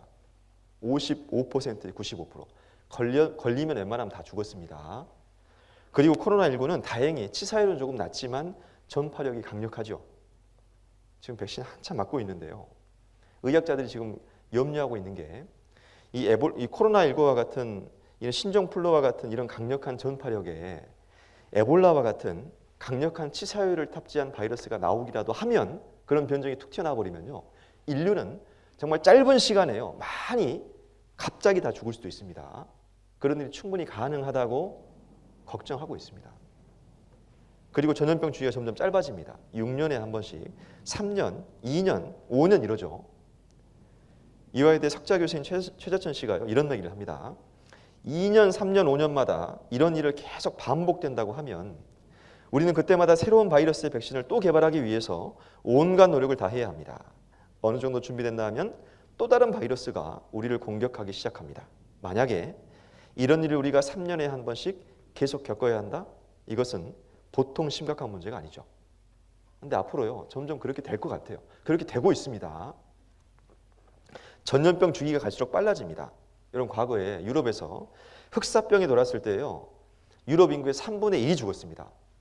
2,500만 명이 죽었는데 사실 우리나라에는 그렇게 큰 영향은 없었어요. 물론 몇 명 죽은 사람은 있었지만 그렇게 큰 영향은 없었습니다. 근데 지금은요, 시대가 바뀌었죠. 지구가 촌처럼 하나의 마을처럼 돼 있어서요, 이 코로나19는 겨우 3개월 만에 전 세계 다 퍼졌습니다. 그러니까 예수님 말씀처럼요, 처처에 곳곳에 온역이 있겠고 이것이 정말 실감나는 시대가 우리 시대예요. 그렇지 않습니까? 이 전염병이 마지막 징조입니다. 그리고 또 제일 마지막에 말씀하신 징조가 이스라엘의 회복이에요. 이 마태복음 24장 32절에 나오는데 이 말씀 좀 자세히 설명드려 볼게요. 무화과 나무의 비유를 배우라. 그 가지가 연하여지고 잎사귀를 내면 여름이 가까운 줄을 아나니 이와 같이 너희도 이 모든 일을 보거든 인자가 가까이 곧 문 앞에 이른 줄 알라. 내가 진실로 너희에게 말하노니 이 세대가 지나가기 전에 이 일이 다 이루리라. 여러분, 무화과 나무는 이스라엘을 상징하는 나무입니다. 성경에 조금 익숙하신 분들은 예수님께서 이스라엘을 가리켜서 종종 포도나무 혹은 무화과 나무로 비유해서 많은 말씀을 하셨어요. 무화과 나무 하면 항상 이스라엘입니다. 근데 그 얘기를 하셨어요. 무화과 나무의 비유를 배우라. 그 가지가 연하여지고 잎사귀를 내면 회복되는 것을 보면 여름이 가까운 줄 아나니. 이스라엘의 추수기는 여름이거든요. 그러니까 이걸 정확히 이해하려면 그 앞에 예수님이 하신 얘기를 좀 이제 상기할 필요가 있습니다. 이건 마태복음 24장이고 21장에 보면요, 예수님이 한 번은 무화과 나무를 저주하신 일이 있습니다. 예수님께서 이제 성전에 들어가시려고 제자들과 함께 걸어가는데요, 시장하셨습니다. 무화과 나무가 보였고 가까이 갔어요. 가까이 가보니 이파리는 무성한데 뭐가 없어요? 열매가 하나도 없는 겁니다. 왜 없었냐면 무화과 때가 아니었거든요. 그래서 예수님이 그 자리에서 그 나무를 저주하고 지나가십니다. 다음 날 같은 장소를 지나는데 지나다 보니까 제자들이 깜짝 놀랐습니다. 아니, 어제까지 이파리가 무성하고 아주 싱싱한데 열매만 없었지만 그 멀쩡하던 나무가요, 완전히 말라버린 겁니다. 제자들이 놀라면서 예수님 저것 좀 보시라고. 저거 어떻게 된 거냐고. 그랬던 기록이 마태복음 21장 19절에 기록되어 있거든요. 근데 어떤 사람들은요, 이 성경을 안 믿는 어떤 비평가는 이 글을 보더니 예수는 성격이 아주 개팍하다고, 인성에 좀 문제가 있다고, 세상에 때가 아니어서 무화과 나무가 열매가 없었던 건데 그자에 저주해버렸다고. 여러분, 예수님이 기분 나빠서 재미삼아 그렇게 하셨을까요? 성경은 예수님은 어떤 능력을 행하실 때 단 한 번도 그냥 의미 없이 그렇게 능력을 행사하신 적이 단 한 번도 없습니다. 그러니까 열매 없는 무화과 나무는 뭘 가리키냐면 그때 당시 이스라엘의 상태를 가장 정확히 보여주는 겁니다. 이스라엘은요, 거친 번제를 한데 하나님을 가장 잘 믿는다고 안식일마다 모여 성경을 달달달 외우고 했는데 정작 성경에 예언된 예수님이 오셨는데 어떻게 했습니까? 배척해버렸잖아요. 예수님을 영접하지 않았습니다.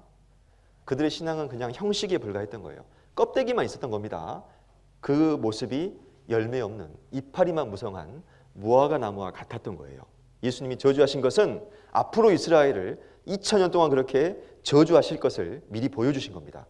그리고 나서 이 얘기를 다시 꺼내셨어요. 무화과 나무의 비유를 배우라. 그 가지가 연하여지고 잎사귀를 내면, 그러니까 완전히 말라버린 그 나무가요, 가지가 연하여지고 잎사귀를 낸다는 것은 회복이죠. 이스라엘의 회복입니다. 회복되는 걸 보거든 여름이 가까운 줄 아나니 이와 같이 너희도 이 모든 일을 보거든, 인자가 예수님을 가리키는 표현입니다. 내가 가까이 곧 문 앞에 이른 줄 알아라 그러신 거예요. 그러니까 예수님이 재림이 가까운 걸 뭘 보고 알 수 있냐면, 무화과 나무가, 즉 이스라엘이 회복되는 것을 보면 예수님의 재림이 가까운 걸 알 수 있다, 그 말입니다. 아시겠어요? 그래서 이 모든 일을 보거든, 이스라엘의 회복을 포함해서 지금까지 말씀하신 지진, 온역, 복음 전파, 이런 징조를 보거든, 이스라엘 회복까지 보거든 주님이 가까이 왔다는 겁니다. 내가 진실로 너희에게 말하노니 이 세대가 지나가기 전에 이 일이 다 이루리라.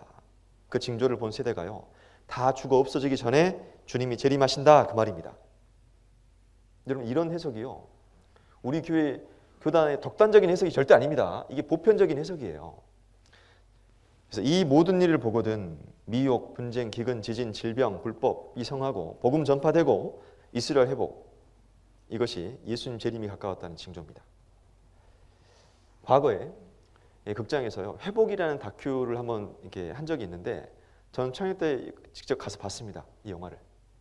어떤 내용이냐면, 이스라엘 사람들은 예수님을 안 믿습니다. 구약 성경만 믿습니다. 그들의 믿는 종교를 유대교라고 불러요. 그래서 유대교, 구약만 믿어요. 예수님을 굉장히 싫어하는데, 소수이긴 하지만 예수 믿는 사람들이 이스라엘에 있습니다.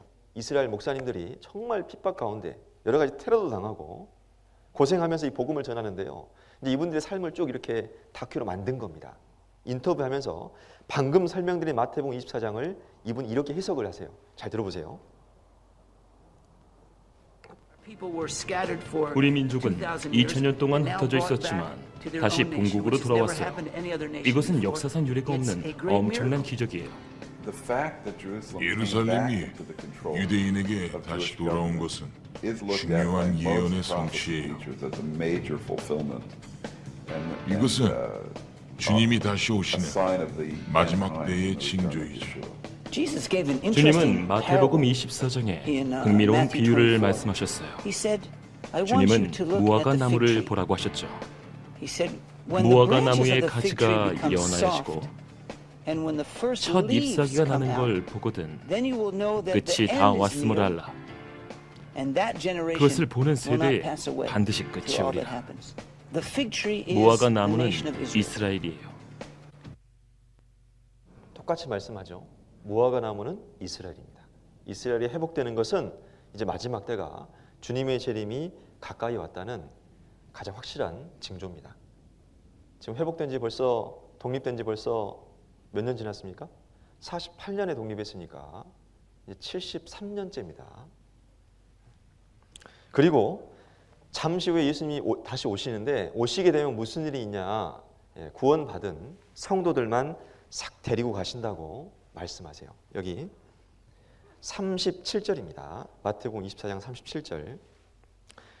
노아의 때와 같이 인자의 임함도 그러하리라. 홍수 전에 노아가 방주에 들어가던 날까지 사람들이 먹고 마시고 장가들고 시집가고 있으면서 홍수가 나서 저희를 다 멸하기까지 깨닫지 못하였으니 인자의 임함도 이와 같으리라. 인자의 임함도 그러하리라. 예수님이 다시 오시는 데를 자꾸 예수님은 노아의 때와 비교하고 있죠. 노아 때 어땠습니까? 노아가 방주 만들고요, 암수 한 싹씩 태우고 노아 8식구 타고 자기만 살려고 했던 게 아닙니다. 의를 전파한 노아라는 표현으로 봐서 이 말씀을요, 노아가 전했다니까요, 사람들한테. 여러분, 지금 이럴 때가 아니라고. 이제 조금 있으면 하늘에서 비가 내려서 홍수로 다 죽는다고, 큰일 난다고, 이 방주에 타셔야 된다고, 빨리 타시라고. 그렇게 얘기를 해도 아무도 안 탔습니다. 노아 8식구 빼고는. 왜 안 탔을까요? 사람들이 뭐 했을까요? 그때 먹고 마시고 장가들고 시집가고 있으면서 홍수가 나서 저희를 다 멸하기까지 깨닫지 못하였으니. 사람들의 관심사가요, 먹고 사는 문제, 시집가고 장가가는 문제. 사실 이 세상에서는 이 두 가지가 제일 중요한 문제죠. 먹고 사는 일, 시집장가가는 거. 물론 그거 자체가 나쁜 건 아닙니다. 근데 그것 이상을 생각지 않는 게 죄예요. 온통 그것에만 매여서 다른 생각을 할 시간이 없어요. 관심이 없습니다. 정작 자기 문제에 대해서는, 자기 영혼에 대해서는. 그러다가 깨닫지 못했고 홍수 때 다 죽은 겁니다. 예수님 재림하실 때도 비슷해요. 아무리 이 말씀을 전해도요, 이렇게 많은 증거를 갖다 들이대도 안 믿는 사람은 또 안 믿거든요. 왜 안 믿습니까?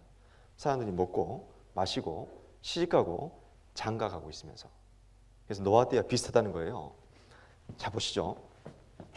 노아 때 어땠냐면 성경은 노아의 때와 같으리니 뭐가 같습니까?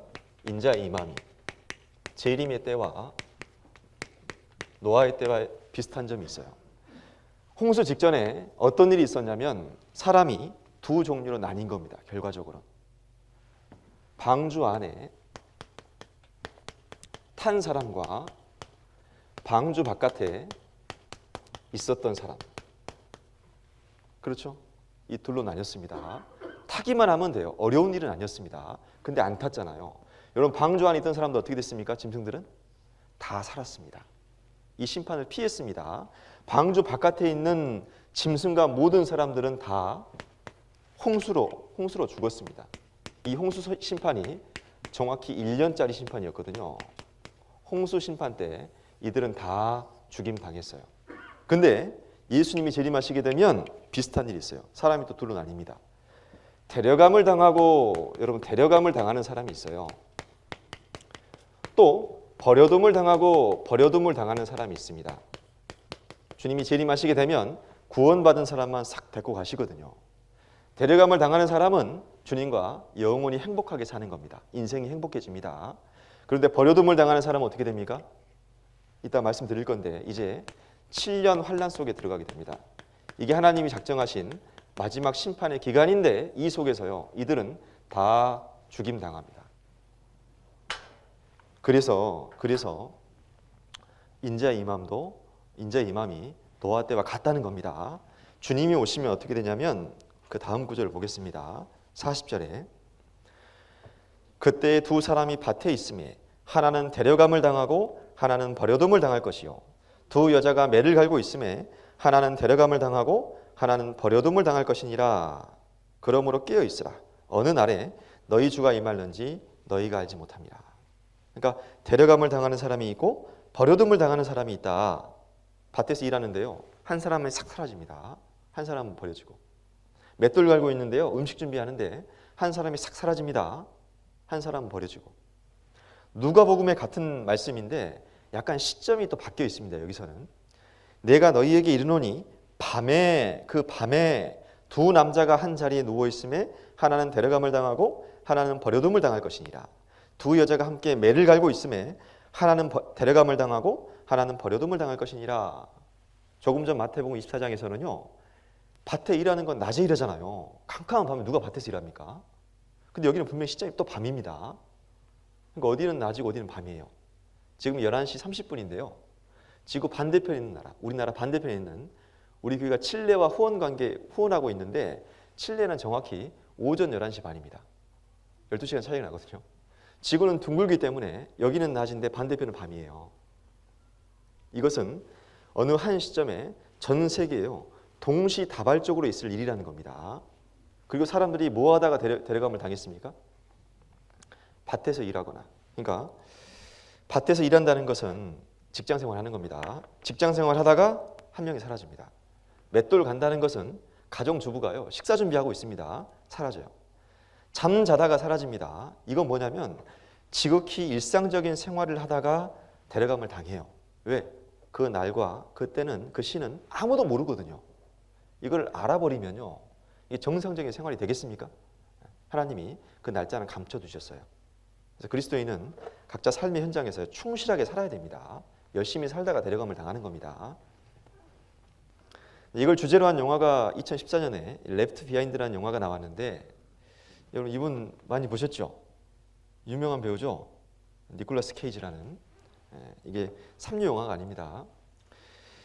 누나하고 동생이 놀이공원에 갔는데요, 동생이 눈앞에서 사라집니다. 옷만 남기고. 비행기 타고 가는데 조금 전까지 딸이 옆에 있었는데 사라졌어요. 옷만 남기고. 이런 일이 막 벌어집니다. 주변에 있는 아저씨가 사라지고 이 기장인데요. 옆에 있던 부기장이 또 사라졌습니다. 옷만 남기고. 이런 일이 막 있다니까요. 그래서 미국은 기독교 사실 국가이기 때문에 이런 내용에 대해 익숙하고 영화로도 많이 만듭니다. 이게 소재로 영화로 많이 만들기도 하는데 성경에 있기 때문에 그래요. 데살로니가전서 4장에 16절에 이런 말씀이 있습니다. 주께서 호령과 천사장의 소리와 하나님의 나팔로 친히 하늘로조차 강림하시리니, 여러분 주님이 공중에 강림하시게 되면 무슨 일이 있냐? 정확히 재림의 순서를 적어놨습니다. 첫 번째, 그리스도 안에서 죽은 자들이 먼저 일어나고, 그리스도 안에서 죽었다는 것은 구원받고 죽은 성도들 있잖아요. 무덤 속에 들어가 있겠죠. 그 구원받고 죽은 성도들이 먼저 일어나고 몸이 육체가 부활합니다. 먼저 들림받습니다. 그 후에 우리 살아남은 자도 저희와 함께 구름 속으로 끌어올려 공중에서 주를 영접하게 하시니, 구원받고 살아있는 성도들도요, 몸이 부활해서, 산채로 부활해서 신령한 몸으로 바뀌어서 공중으로 끌어올려져서 공중에서 주님을 만납니다. 이런 일이 있다고 성경 곳곳에 말씀하고 있어요. 성경에 있는 말입니다. 주님이 딱 공중 재림하셨어요. 빠밤. 어떻게 될까요? 무덤 속에 잠자던 성도들이 먼저 부활합니다. 그리고 우리 살아남은 자도 구름 속으로 끌어올려 공중에서 주를 영접하게 하시니, 그리하여 우리가 항상 주와 함께 있으리라. 이런 일이 있어요. 이건 아직 이루어지지 않은 예언이지만 앞으로 될 겁니다. 고린도전서 15장에도 이 부활에 대해서 자세히 설명을 했는데, 비밀이라 그러면서 보라, 내가 너희에게 비밀을 말하노니 우리가 다 잠잘 것이 아니요 마지막 나팔의 순식간에 오려니 다 변화하리니, 변화할 거다. 나팔 소리가 나매 죽은 자들이 썩지 아니할 것 다시 살고 우리도 변화하리라. 죽었는데요, 이 죽은 자들이 썩지 아니할 몸으로 다시 삽니다. 변화합니다. 이걸 부활이라 그래요. 그래서 기독교를 부활의 종교라고 하지 않습니까? 예수님이 죽은 지 3일 만에 부활하신 것은 대표로 보여주신 겁니다. 우리도 구원받은 성도는요, 예수님처럼 신령한 몸으로 바뀌어져서요 부활합니다. 그럼 소망을 가지셔야 돼요. 평생 이런 몸으로 천국에 사는 게 아닙니다. 그럼 저주죠. 아프기도 하고요. 또 거울 볼 때마다 좀 마음이 편치 않잖아요. 근데 그래서 이제 못생기신 분은 정말 구원 받으셔야 됩니다. 우리가 부활할 때라도요, 정말 아름다운 모습으로 영광스러운 몸으로 부활해야 되겠잖아요. 그런 일이 있어요. 이걸 설명하기 위해서 바울이 고린도전서 15장을 읽어보면요, 씨를 가지고 설명해요. 야, 너희들 생각해봐라. 농사 지을 때 땅에다 씨를 뿌리냐 형체를 뿌리냐? 아니, 씨 뿌리지 않냐? 씨를 뿌리는데 그게 썩어서 죽어 없어지는 것 같은데 땅 속에서 뭐가 나옵니까? 예쁜 꽃이 나오잖아요. 도대체 이런 거무튀튀한 거에서 어떻게 이런 예쁜 꽃이 나오는지 상상이 안 됩니다. 근데 이런 일이 있거든요. 그래서 이 씨가 뭐냐면 육체라는 겁니다. 우리의 몸입니다. 땅에 묻혀서 썩어서 없어지는 것 같지만 나중에 부활할 때 우리가 부활하게 되는데 아름다운 몸을 입게 된다는 거예요. 이걸 자연 속에서 설명해 주신 겁니다. 이걸 심었더니요, 코스모스가 나옵니다. 이걸 심었더니 예쁜 채송화 꽃이 나옵니다. 이 징그러운 벌레가요, 고치를 틀었더니 이런 예쁜 나비가 나옵니다. 자연 속에 이런 게 많죠. 자, 영상을 하나 보여드리겠습니다. 이제 보이나요? 다른 초록과는 다른 초록. 입자루에 저만큼 붙여놓고 대롱대롱 기다립니다.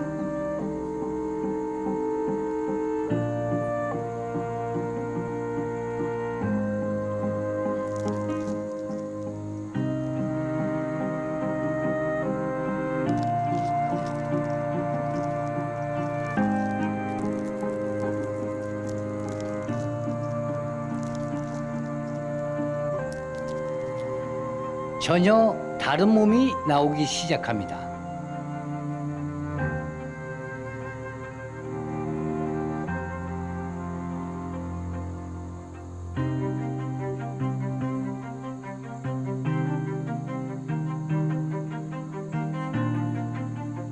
초록에서 이런 복잡한 색이 나왔네요. 꾸깃꾸깃 구겨졌고 아직은 축축한 몸.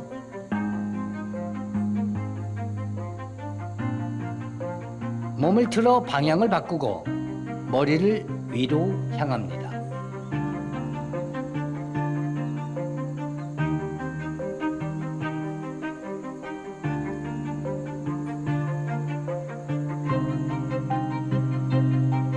날개에 선명한 붉은 점. 그래서 이름이 홍점 알라.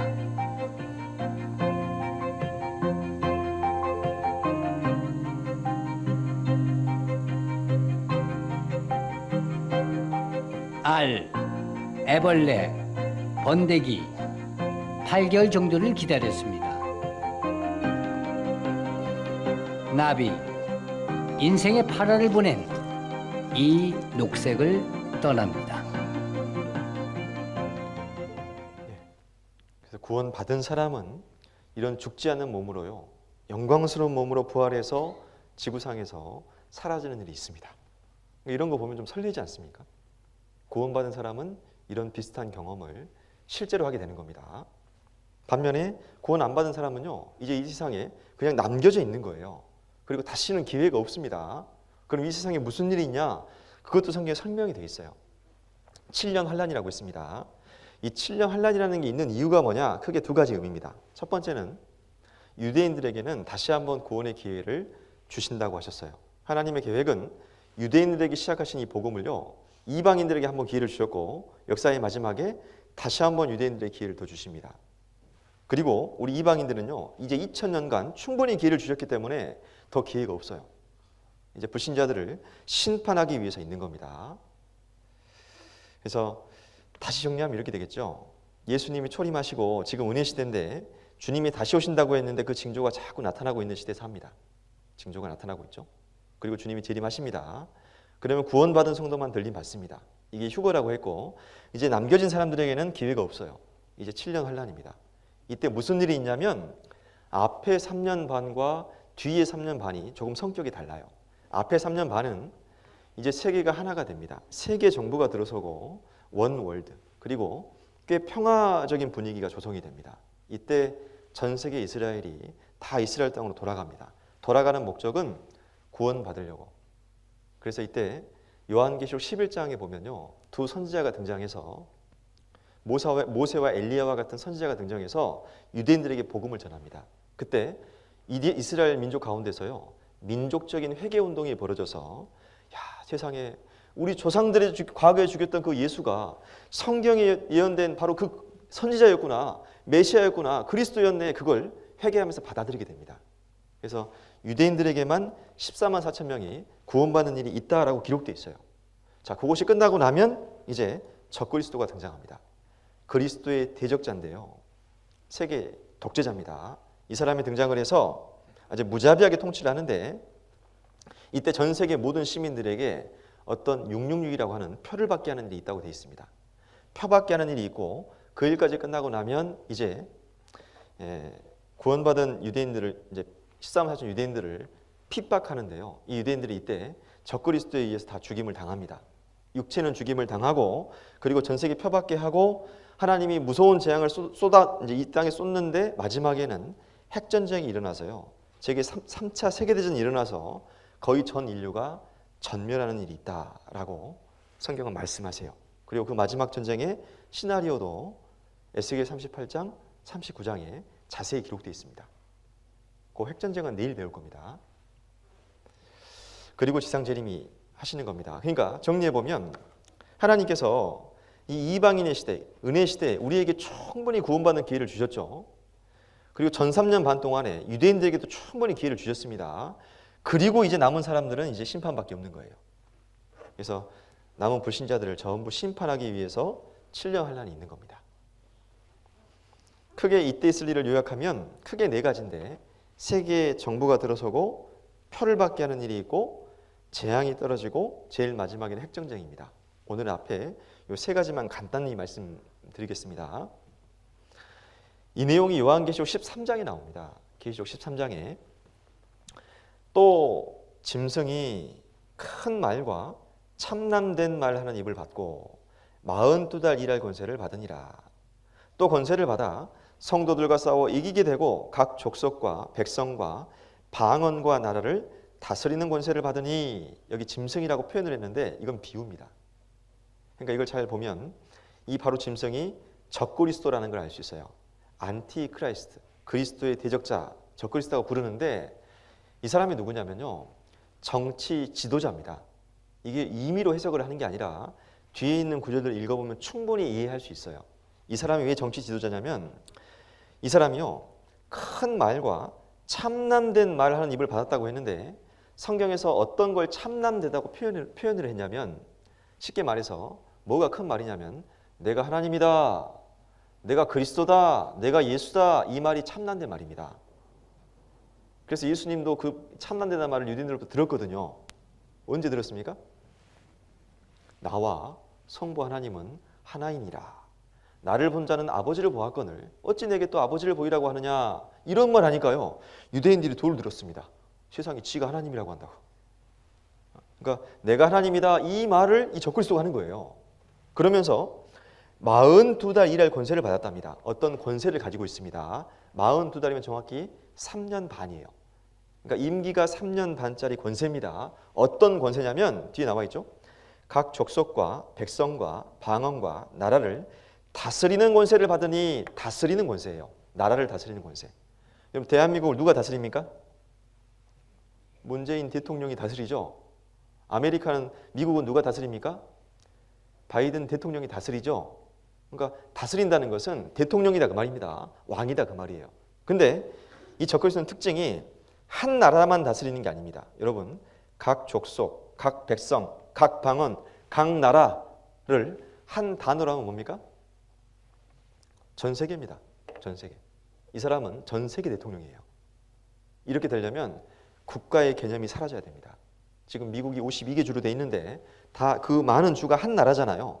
한 대통령이 다스리지 않습니까? 그래서 앞으로는 이 국가가요, 주 개념으로 바뀝니다. 그래서 세계가 하나가 돼요. 지금은 이것이 얼마든지 가능한 시대가 됐습니다. 지금 위성이 있고 컴퓨터가 있어가지고요, 한 사람이 얼마든지 통제하는 것이 가능한 시대예요. 이 위성으로 세상에 15cm 물체까지 감시하는 게 가능합니다. 이게 식별이 다 됩니다. 완벽한 감시가 가능해요. 버튼만 누르면 다 볼 수 있죠. 영화 보면 이런 거 나오잖아요. 가능한 겁니다. 그래서 세계가 하나가 되고, 이제 이걸 용이하게 하기 위해서 13장 16절에 보면 그가 이렇게 한다고 되어 있습니다. 저가, 그 적그리스도 짐승이 모든 자, 곧 작은 자나 큰 자나 부자나 빈궁한 자나 자유한 자나 종들로, 즉 모든 시민들에게 그 오른손이나 이마에 표를 받게 하고, 누구든지 이 표를 가진 자 외에는 매매를 못하게 하니, 이 표는 곧 짐승의 이름이나 그 이름의 수라. 그러면서 그 수는 사람의 수니 666이니라. 그러니까 그 짐승이 모든 사람들한테요, 오른손이나 이마에다가 어떤 표를 받게 한대요. 그리고 이 표를 받는 목적을 정확히 설명해 놨습니다. 누구든지 이 표를 가진 자 외에는 뭐를 못합니까? 매매가 아니죠. 매매입니다. 살매, 팔매, 사고 파는 걸 못하게 막아버립니다.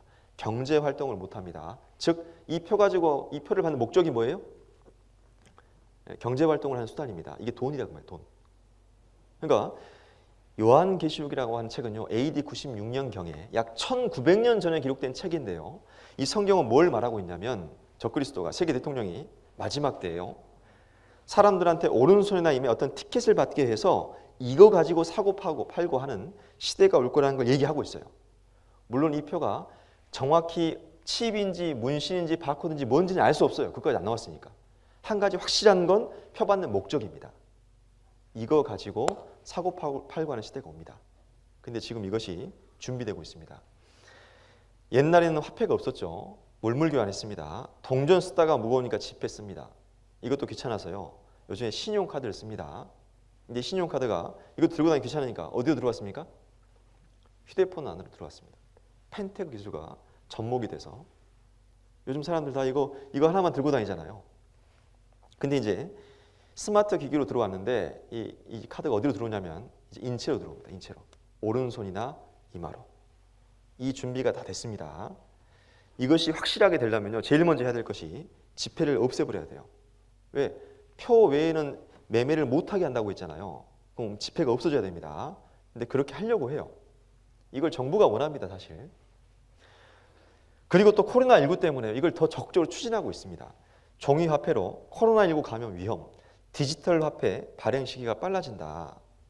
코로나19에 종이화폐가 멸종위기에 처했다. 이 같은 상황에서 코로나19 팬데믹은 종이화폐의 종말을 부추기고 있다. 종이화폐를 주고받으면서 코로나19 감염 위험이 커지자 종이화폐 유통이 전 세계적으로 급감하고 있는 것이다.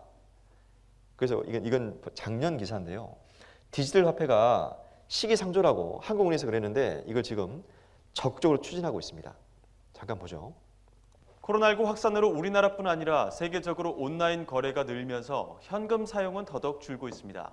따라서 중앙은행의 디지털 화폐 발행이 앞당겨질 것이라는 전망이 나오고 있는데요. 실제로 한국은행이 내년부터 디지털 화폐를 시범 운영하기로 했습니다. 보도에 이종수 기자입니다. 코로나19를 옮길 위험이 있는 현금 사용은 세계 곳곳에서 눈에 띄게 줄고 있습니다. 영국의 현금 자동 입출 금기 ATM의 운영기관인 링크는 최근 영국 내 현금 사용이 절반으로 감소했다고 발표했습니다. 미국, 캐나다, 영국에서 시중은행 지점이 임시 폐쇄되거나 영업시간이 줄어 현금 구하기가 원천 봉쇄되기도 했습니다. 코로나19 확산은 이처럼 현금을 무용지물로 만들고 비대면 결제 방식인 전자적 형태의 화폐인 중앙은행 디지털 화폐 발행을 앞당기도록 하는 분위기를 만들고 있습니다. 한국은행은 올해 기술적 검토 등을 마치고 내년부터는 가상환경에서 시범 운용에 들어가기로 했습니다. 세계 각국에서요. 일본도 이런 쪽으로는 되게 보수적인 나라인데 일본도 디지털 화폐에 시범 사업 나선다. 중국, 스웨덴이 이런 쪽으로 제일 앞서 있습니다. 중국은 이미 시행하고 있고, 그러니까 디지털 화폐라는 것이 쉽게 말하면 뭐 비트코인이나 이런 코인을 말하는 겁니다. 근데 그런 코인은 중앙은행에서, 각 나라의 중앙은행에서 발행한 건 아니잖아요. 한국은행에서 발행한 건 아니잖아요. 그러니까 이마트 저마트에서 못 쓰는 건데 앞으로 우리나라 한국은행에서 디지털 화폐를 발행합니다. 그냥 일반 화폐처럼 쓸 수 있도록. 그리고 화폐를 이제 없애버릴 겁니다. 사회과 탐구 5학년 2학기 1학기 교과서인데요. 미래의 사회에는 어떤 방법으로 물건값을 치르게 될지 생각해보자. 그러면서 미래의 화폐 뭐라고 하냐면요. 레이저 화폐. 이마나 손에 전자칩을 달거나 표시해놓고 처리한다. 우리 아이들은 이렇게 배웁니다. 여러분 이것이 성경 보고 한 얘기가 아니에요. 이런 칩이 개발됐습니다. RFID 칩. 무선 주파수 인식 장치. 이게 얼마나 작냐면요. 이게 쌀 한 톨인데요. 쌀 한 톨과 비교했을 때 어때요? 거의 뭐 쌀 눈 수준이죠. 이걸 몸에 넣는 것은 일도 아닙니다. 이제 미국에서는 넣는 가족들도 생기고 아예 그냥 태어날 때부터 이걸 그냥 받게 하자. 모든 아이한테. 이게 2008년 중앙일보 칼럼인데 여기 이런 내용이 있어요. 미국 정보기관의 연구에 따르면 피부의 온도 변화에 따라 재충전되는 배터리를 내장한 반도체를 이식하기 적당한 위치는 이마와 손등이라고 한다. 그러니까 정보기관에서 이걸 연구해 봤습니다. 이걸 어디다 받으면 좋을까? 연구하고 또 연구해 봤더니 가장 적합한 위치는요. 이마와 손등이라고 한다. 왜? 늘 노출되어 있고 또 온도 변화가 커서요. 한 번 딱 받으면 자동 충전이 됩니다. 온도 변화에 따라서. 그러니까 한 번 받으면 다시 뺄 필요도 없어요. 평생 쓸 수 있습니다. 편리하잖아요. 그러니까 연구해보니까 여기가 참 좋겠다. 그리고 이마와 손등에 대한 이유가 또 한 가지 있습니다. 이게 왜 그러냐면 보안 때문에 그래요. 생체 인식 기술이 계속 이제 발달이 되는데요. 사람의 오른손의 정맥과 홍채가 아주 보안력이 뛰어납니다. 그래서 손등의 정맥으로 신원 확인하고 이게 굉장히 복잡하게 돼 있거든요. 나하고 똑같은 사람 만나기가 굉장히 힘들어요. 그런데 가끔 왼손은요. 쌍둥이의 경우 거의 비슷한 사람이 있대요. 근데 쌍둥이라고 할지라도 오른손은 또 다르대요. 다. 그래서 오른손에 받아야 됩니다. 그래서 그리고 사람의 홍채가 또 너무 다양합니다. 똑같은 사람이 거의 없습니다. 그래서 내 눈 속에 비밀번호, 홍채가 주목받고 있다. 국민은행에서 이거 하고 있죠. 그래서 핸드폰도 요새 홍채로 열죠. 딱 쳐다보면 열리잖아요. 결론은 뭐냐? 이걸 어디다 받아야 되냐? 이마와 손등에 받아야 된다. 손등에 딱 받고 오른손의 정맥 구조를 패스워드로 딱 등록을 해버리면 이건 절대 나밖에 못 씁니다. 이걸 빼가도 이런 정맥 구조가 없으면 못 써요. 이거 잘라버리면 정맥이 파열되니까 또 못 씁니다. 완벽한 시스템이 되는 겁니다. 오른손 없는 분은요, 이마에 받으시면 돼요. 이마 없는 사람 없잖아요. 여기 받고 홍채를 패스워드 집어넣어버리면 완벽한 보안 시스템이 되는 겁니다. 나만 쓸 수 있어요. 이렇게 될 겁니다. 이걸 받으면 어떻게 되냐면, 근데 지금 이제 미국에서도 이제 물론 경제 활동 목적이 아닌 의료용으로 이걸 받으라고 자꾸 홍보하고 있습니다. 수년 전에 이제 미국에도 우리 교회가 있는데요. 광주의 모 목사님한테 전화가 왔대요. 성도한테 정부에서 이거 자꾸 받으라고 하는데, 펴받으라고 하는데 이거 받아도 되냐고. 그러니까 이제 미국에서는 공익 광고를 많이 한답니다. 이거 받으면 갑자기 쓰러져가지고 병원에 왔을 때 침만 띡 찍으면 이 사람의 병원 사용 내력이나 신분이나 이 싹 나오잖아요. 응급 환자들 처치할 때도 용이하고 여러 가지로 도움이 되니까 다 받으시라고, 의료용으로 받으시라고 홍보하고 있는데, 근데 7년 환란 때 받는 편은 조금 다릅니다. 받는 방법이 조금 달라요. 여기 14장 9절에 이렇게 돼 있죠.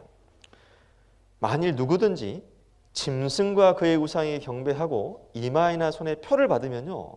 근데 이 표를 어떻게 받습니까? 짐승과 그 적그리스도와 그의 형상을 닮은 우상한테요. 어떤 종교적인 경배 행위를 강제로 하게 합니다. 섬기게 한 다음에 이마에 손에 표를 받는 거예요. 그렇게 하면 어떻게 되냐면 거룩한 천사들 앞과 어린 양 앞에서 불과 여왕으로 고난을 받으리니 그 고난의 연기가 세세토록 올라가리로다. 밤낮 쉼을 얻지 못하리라 라고 하셨어요. 이게 무슨 말이냐면 여기가 지옥입니다. 불과 유황으로 타는 곳이 성경에 지옥이라고 묘사했고 거기 들어가서요 계속 고통받으면서 밤낮 쉼을 얻지 못하는 겁니다. 여러분 천국은 못 쉽니다. 그러니까 이 티켓은 결국 지옥 자유이용권입니다. 이거 안 받을 수가 없습니다. 이 준비가 다 되고 있죠. 그래서 여러분 잘 생각해 보셔요. 지금 말씀드린 이 내용은 지금 1900년 전 기록인데요. 1900년 전 주님이 공중에 재림하시고 나면 이제 어떻게 됩니까? 구원받은 사람들만 다 들림받고 이 지상에는 불신자들만 몽땅 남겨 있습니다. 그리고 한 3년 반이 지난 시점에서요. 갑자기 세계 대통령이 딱 출연을 하더니 뉴스에서 방송할 겁니다. 여러분 이제 이 표를 받으셔야 된다고. 이 표밖에 할 겁니다. 그런 일이 진행이 될 거예요. 이런 얘기를요. 여러분 1900년에 할 수 있어요? 오른손이나 이마에 표를 받아가지고 이거 가지고 사고 판단 얘기를 어떻게 합니까? 우리 시대나 되니까 이것이 이해가 되고 할 수 있는 얘기잖아요. 이게 사람이 지어낼 수 있는 책이 아닌 겁니다. 이런 일이 다 있고 나면요. 이제 어떻게 될까요? 하나님이 이 땅에다가 이제 무시무시한 마지막 재앙들을 내린다고 하셨습니다. 간단하게 보면 이런 겁니다. 이제 마지막 재앙을 내리시는데 요한복음 16장에 보면 이 재앙을요. 7 대접 심판으로 소개를 했습니다. 우리가 이해하기 쉽게. 대접이 하나씩 쏟아질 때마다요. 이 땅에 재앙이 떨어집니다. 첫 번째 대접이 쏟아지니까요. 갑자기 온 사람들을 온 몸에 이 독한 헌대가 생겨서요. 온 몸에 종기 같은 게 나서 굉장히 고통스러워합니다. 둘째 대접이 쏟아지니까요. 갑자기 모든 바다와 물 근원이 전부 다 피같이 바뀌더니 바다 생물이 다 죽어버립니다. 바다 생명체가. 또 해가 사람을 태우는 일도 있고요. 흑암 재앙도 있고요. 그리고 우박이 중수가 100근. 그러니까 이 한 60kg 되는 우박이 하늘에서 떨어져서요. 사람을 막 상하게 한대요. 이런 재앙이 예언되어 있는데 제가 과거에 이 성경을 볼 때요. 좀 잘 이해가 안 됐습니다. 무슨 공상과학 소설을 읽는 것 같고 아니 뭐 그런 일이 있을까 했는데 우리 시대가 되니까요. 그런 재앙들이 실감이 나고 이해가 되는 시대예요. 여러분 잘 보셔요. 이런 비슷한 일들이 우리 시대에 일어납니다. 둘째가 대접을 바다에 쏟으니까요. 바다가 피같이 되더니 모든 생물이 죽었다. 바다 생물이 죽었다. 피가 된다고는 안 했고 피같이 된답니다. 근데 우리 시대에 바닷물이 자꾸 피같이 되는 일이 있어요. 이건 제가 인터넷 찾은 겁니다. 이게 뭐냐면 적조입니다. 적조. 이 지구온난화 때문에요. 바닷물 수온이 자꾸 올라가다 보니까 비이상적으로 플랑크톤이 많이 증식을 하면서 산소량이 부족하고 이 적조가 생기는 겁니다. 자꾸. 호주에서도 유명한 해변인데 완전히 시뻘겋죠. 적조 때문에. 홍콩 연안입니다. 여기 이란에 나사에서 찍은 사진인데요.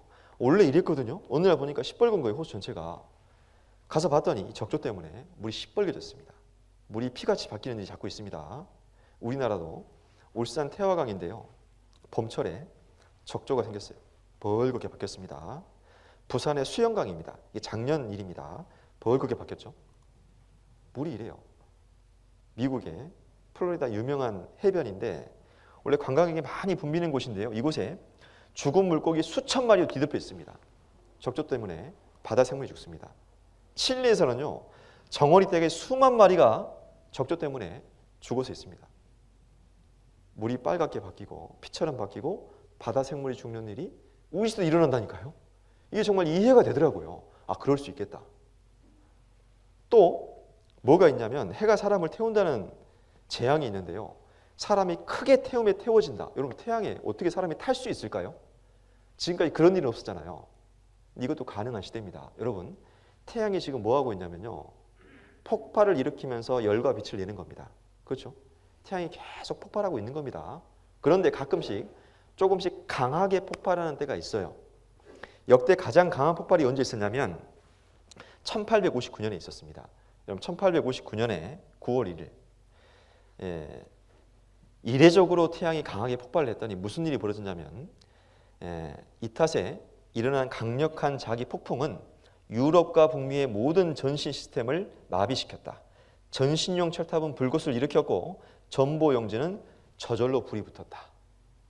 여러분 그냥 태양이 조금 강하게 폭발했을 뿐인데 그 태양 폭풍이 지구에 조금 더 직접적으로 닿아버리니까 이런 화재가 일어난다니까요. 그럼 조금 더 강하게 폭발하면 어떻게 될까요? 그걸 소재로 만든 영화가 노잉이라는 영화가 있습니다. 노잉. 보셨습니까 혹시? 이 영화에 보면요. 물론 다른 원인이긴 하지만 지구 자기장이 약해져서 태양풍을 제대로 막아주지 못할 때 무슨 일이 벌어지는 영화로 만든 겁니다. 이 태양에서 오는 폭풍이요. 지구에 그대로 닿아버리면 그냥 무슨 폭탄이 터진 것처럼요. 싹 다 불타버립니다. 이게 폭탄 터진 게 아니라 태양풍 때문에 그래요. 태양. 이게 해가 사람을 태운다는 게 가능한 얘기입니다. 또 한 가지만 더 말씀드릴게요. 큰 우박이, 이 우박이 얼마나 큰지요. 중수가 한 달란트면 100근이니까 한 60kg 정도 됩니다. 보통 여성분들 몸무게 한 60kg 정도 되죠. 내 몸무게 정도 되는 우박이 하늘 떨어지면 어떻게 될까요? 난리 나겠죠. 근데 그런 일이 있대요. 근데 희한하게 우리 시대 우박이 점점 큰 게 떨어집니다. 달걀 크기만 한 게요. 남미에서 우박이 떨어지고 오렌지 크기만 한 게 막 떨어지고요. 우박이. 작년 호주에서 큰 산불이 오랫동안 있었잖아요. 그 산불 끝나고 나니까 우박이 떨어지기 시작하는데 막 골프공만한 우박이 떨어져가지고요. 자동차 유리가 통째로 그냥 구멍이 뚫렸습니다. 이런 일이 자꾸 우리 시대에 벌어집니다. 이 여성분은 아이를 보호하려고 온몸을 우박을 맞았는데 온몸이 피투성이가 됐어요. 이건 우리나라 경북에 있었던 일입니다. 이 골프공 우박이 떨어져가지고요. 차를 바깥에 주차해놨는데 앞유리가 통째로 주저앉았어요. 그러니까 이 마지막 때가 되니까요. 이런 것들이 정말 이 지구 온난화 환경 오염으로 정말 이해가 되는 시대가 돼 있다니까요. 충분히 있을 수 있는 일입니다. 그리고 주님이 가장 마지막에 핵 전쟁을 일으켜서 전 인류가 거의 다 전멸하는 일이 있습니다. 그 전쟁 시나리오가 성경에 자세히 기록되어 있는데 이건 내일 말씀드릴 거예요. 그래서 지금까지 역사가요. 전부 다 성경대로 되었기 때문에 여러분 이 말씀도요. 분명히 성경대로 될 겁니다. 그래서 이 7년 속에 안 들어가고 피할 수 있는 길이 있기 때문에 드리는 말씀입니다. 여기까지 말씀드리겠습니다. 기도하겠습니다.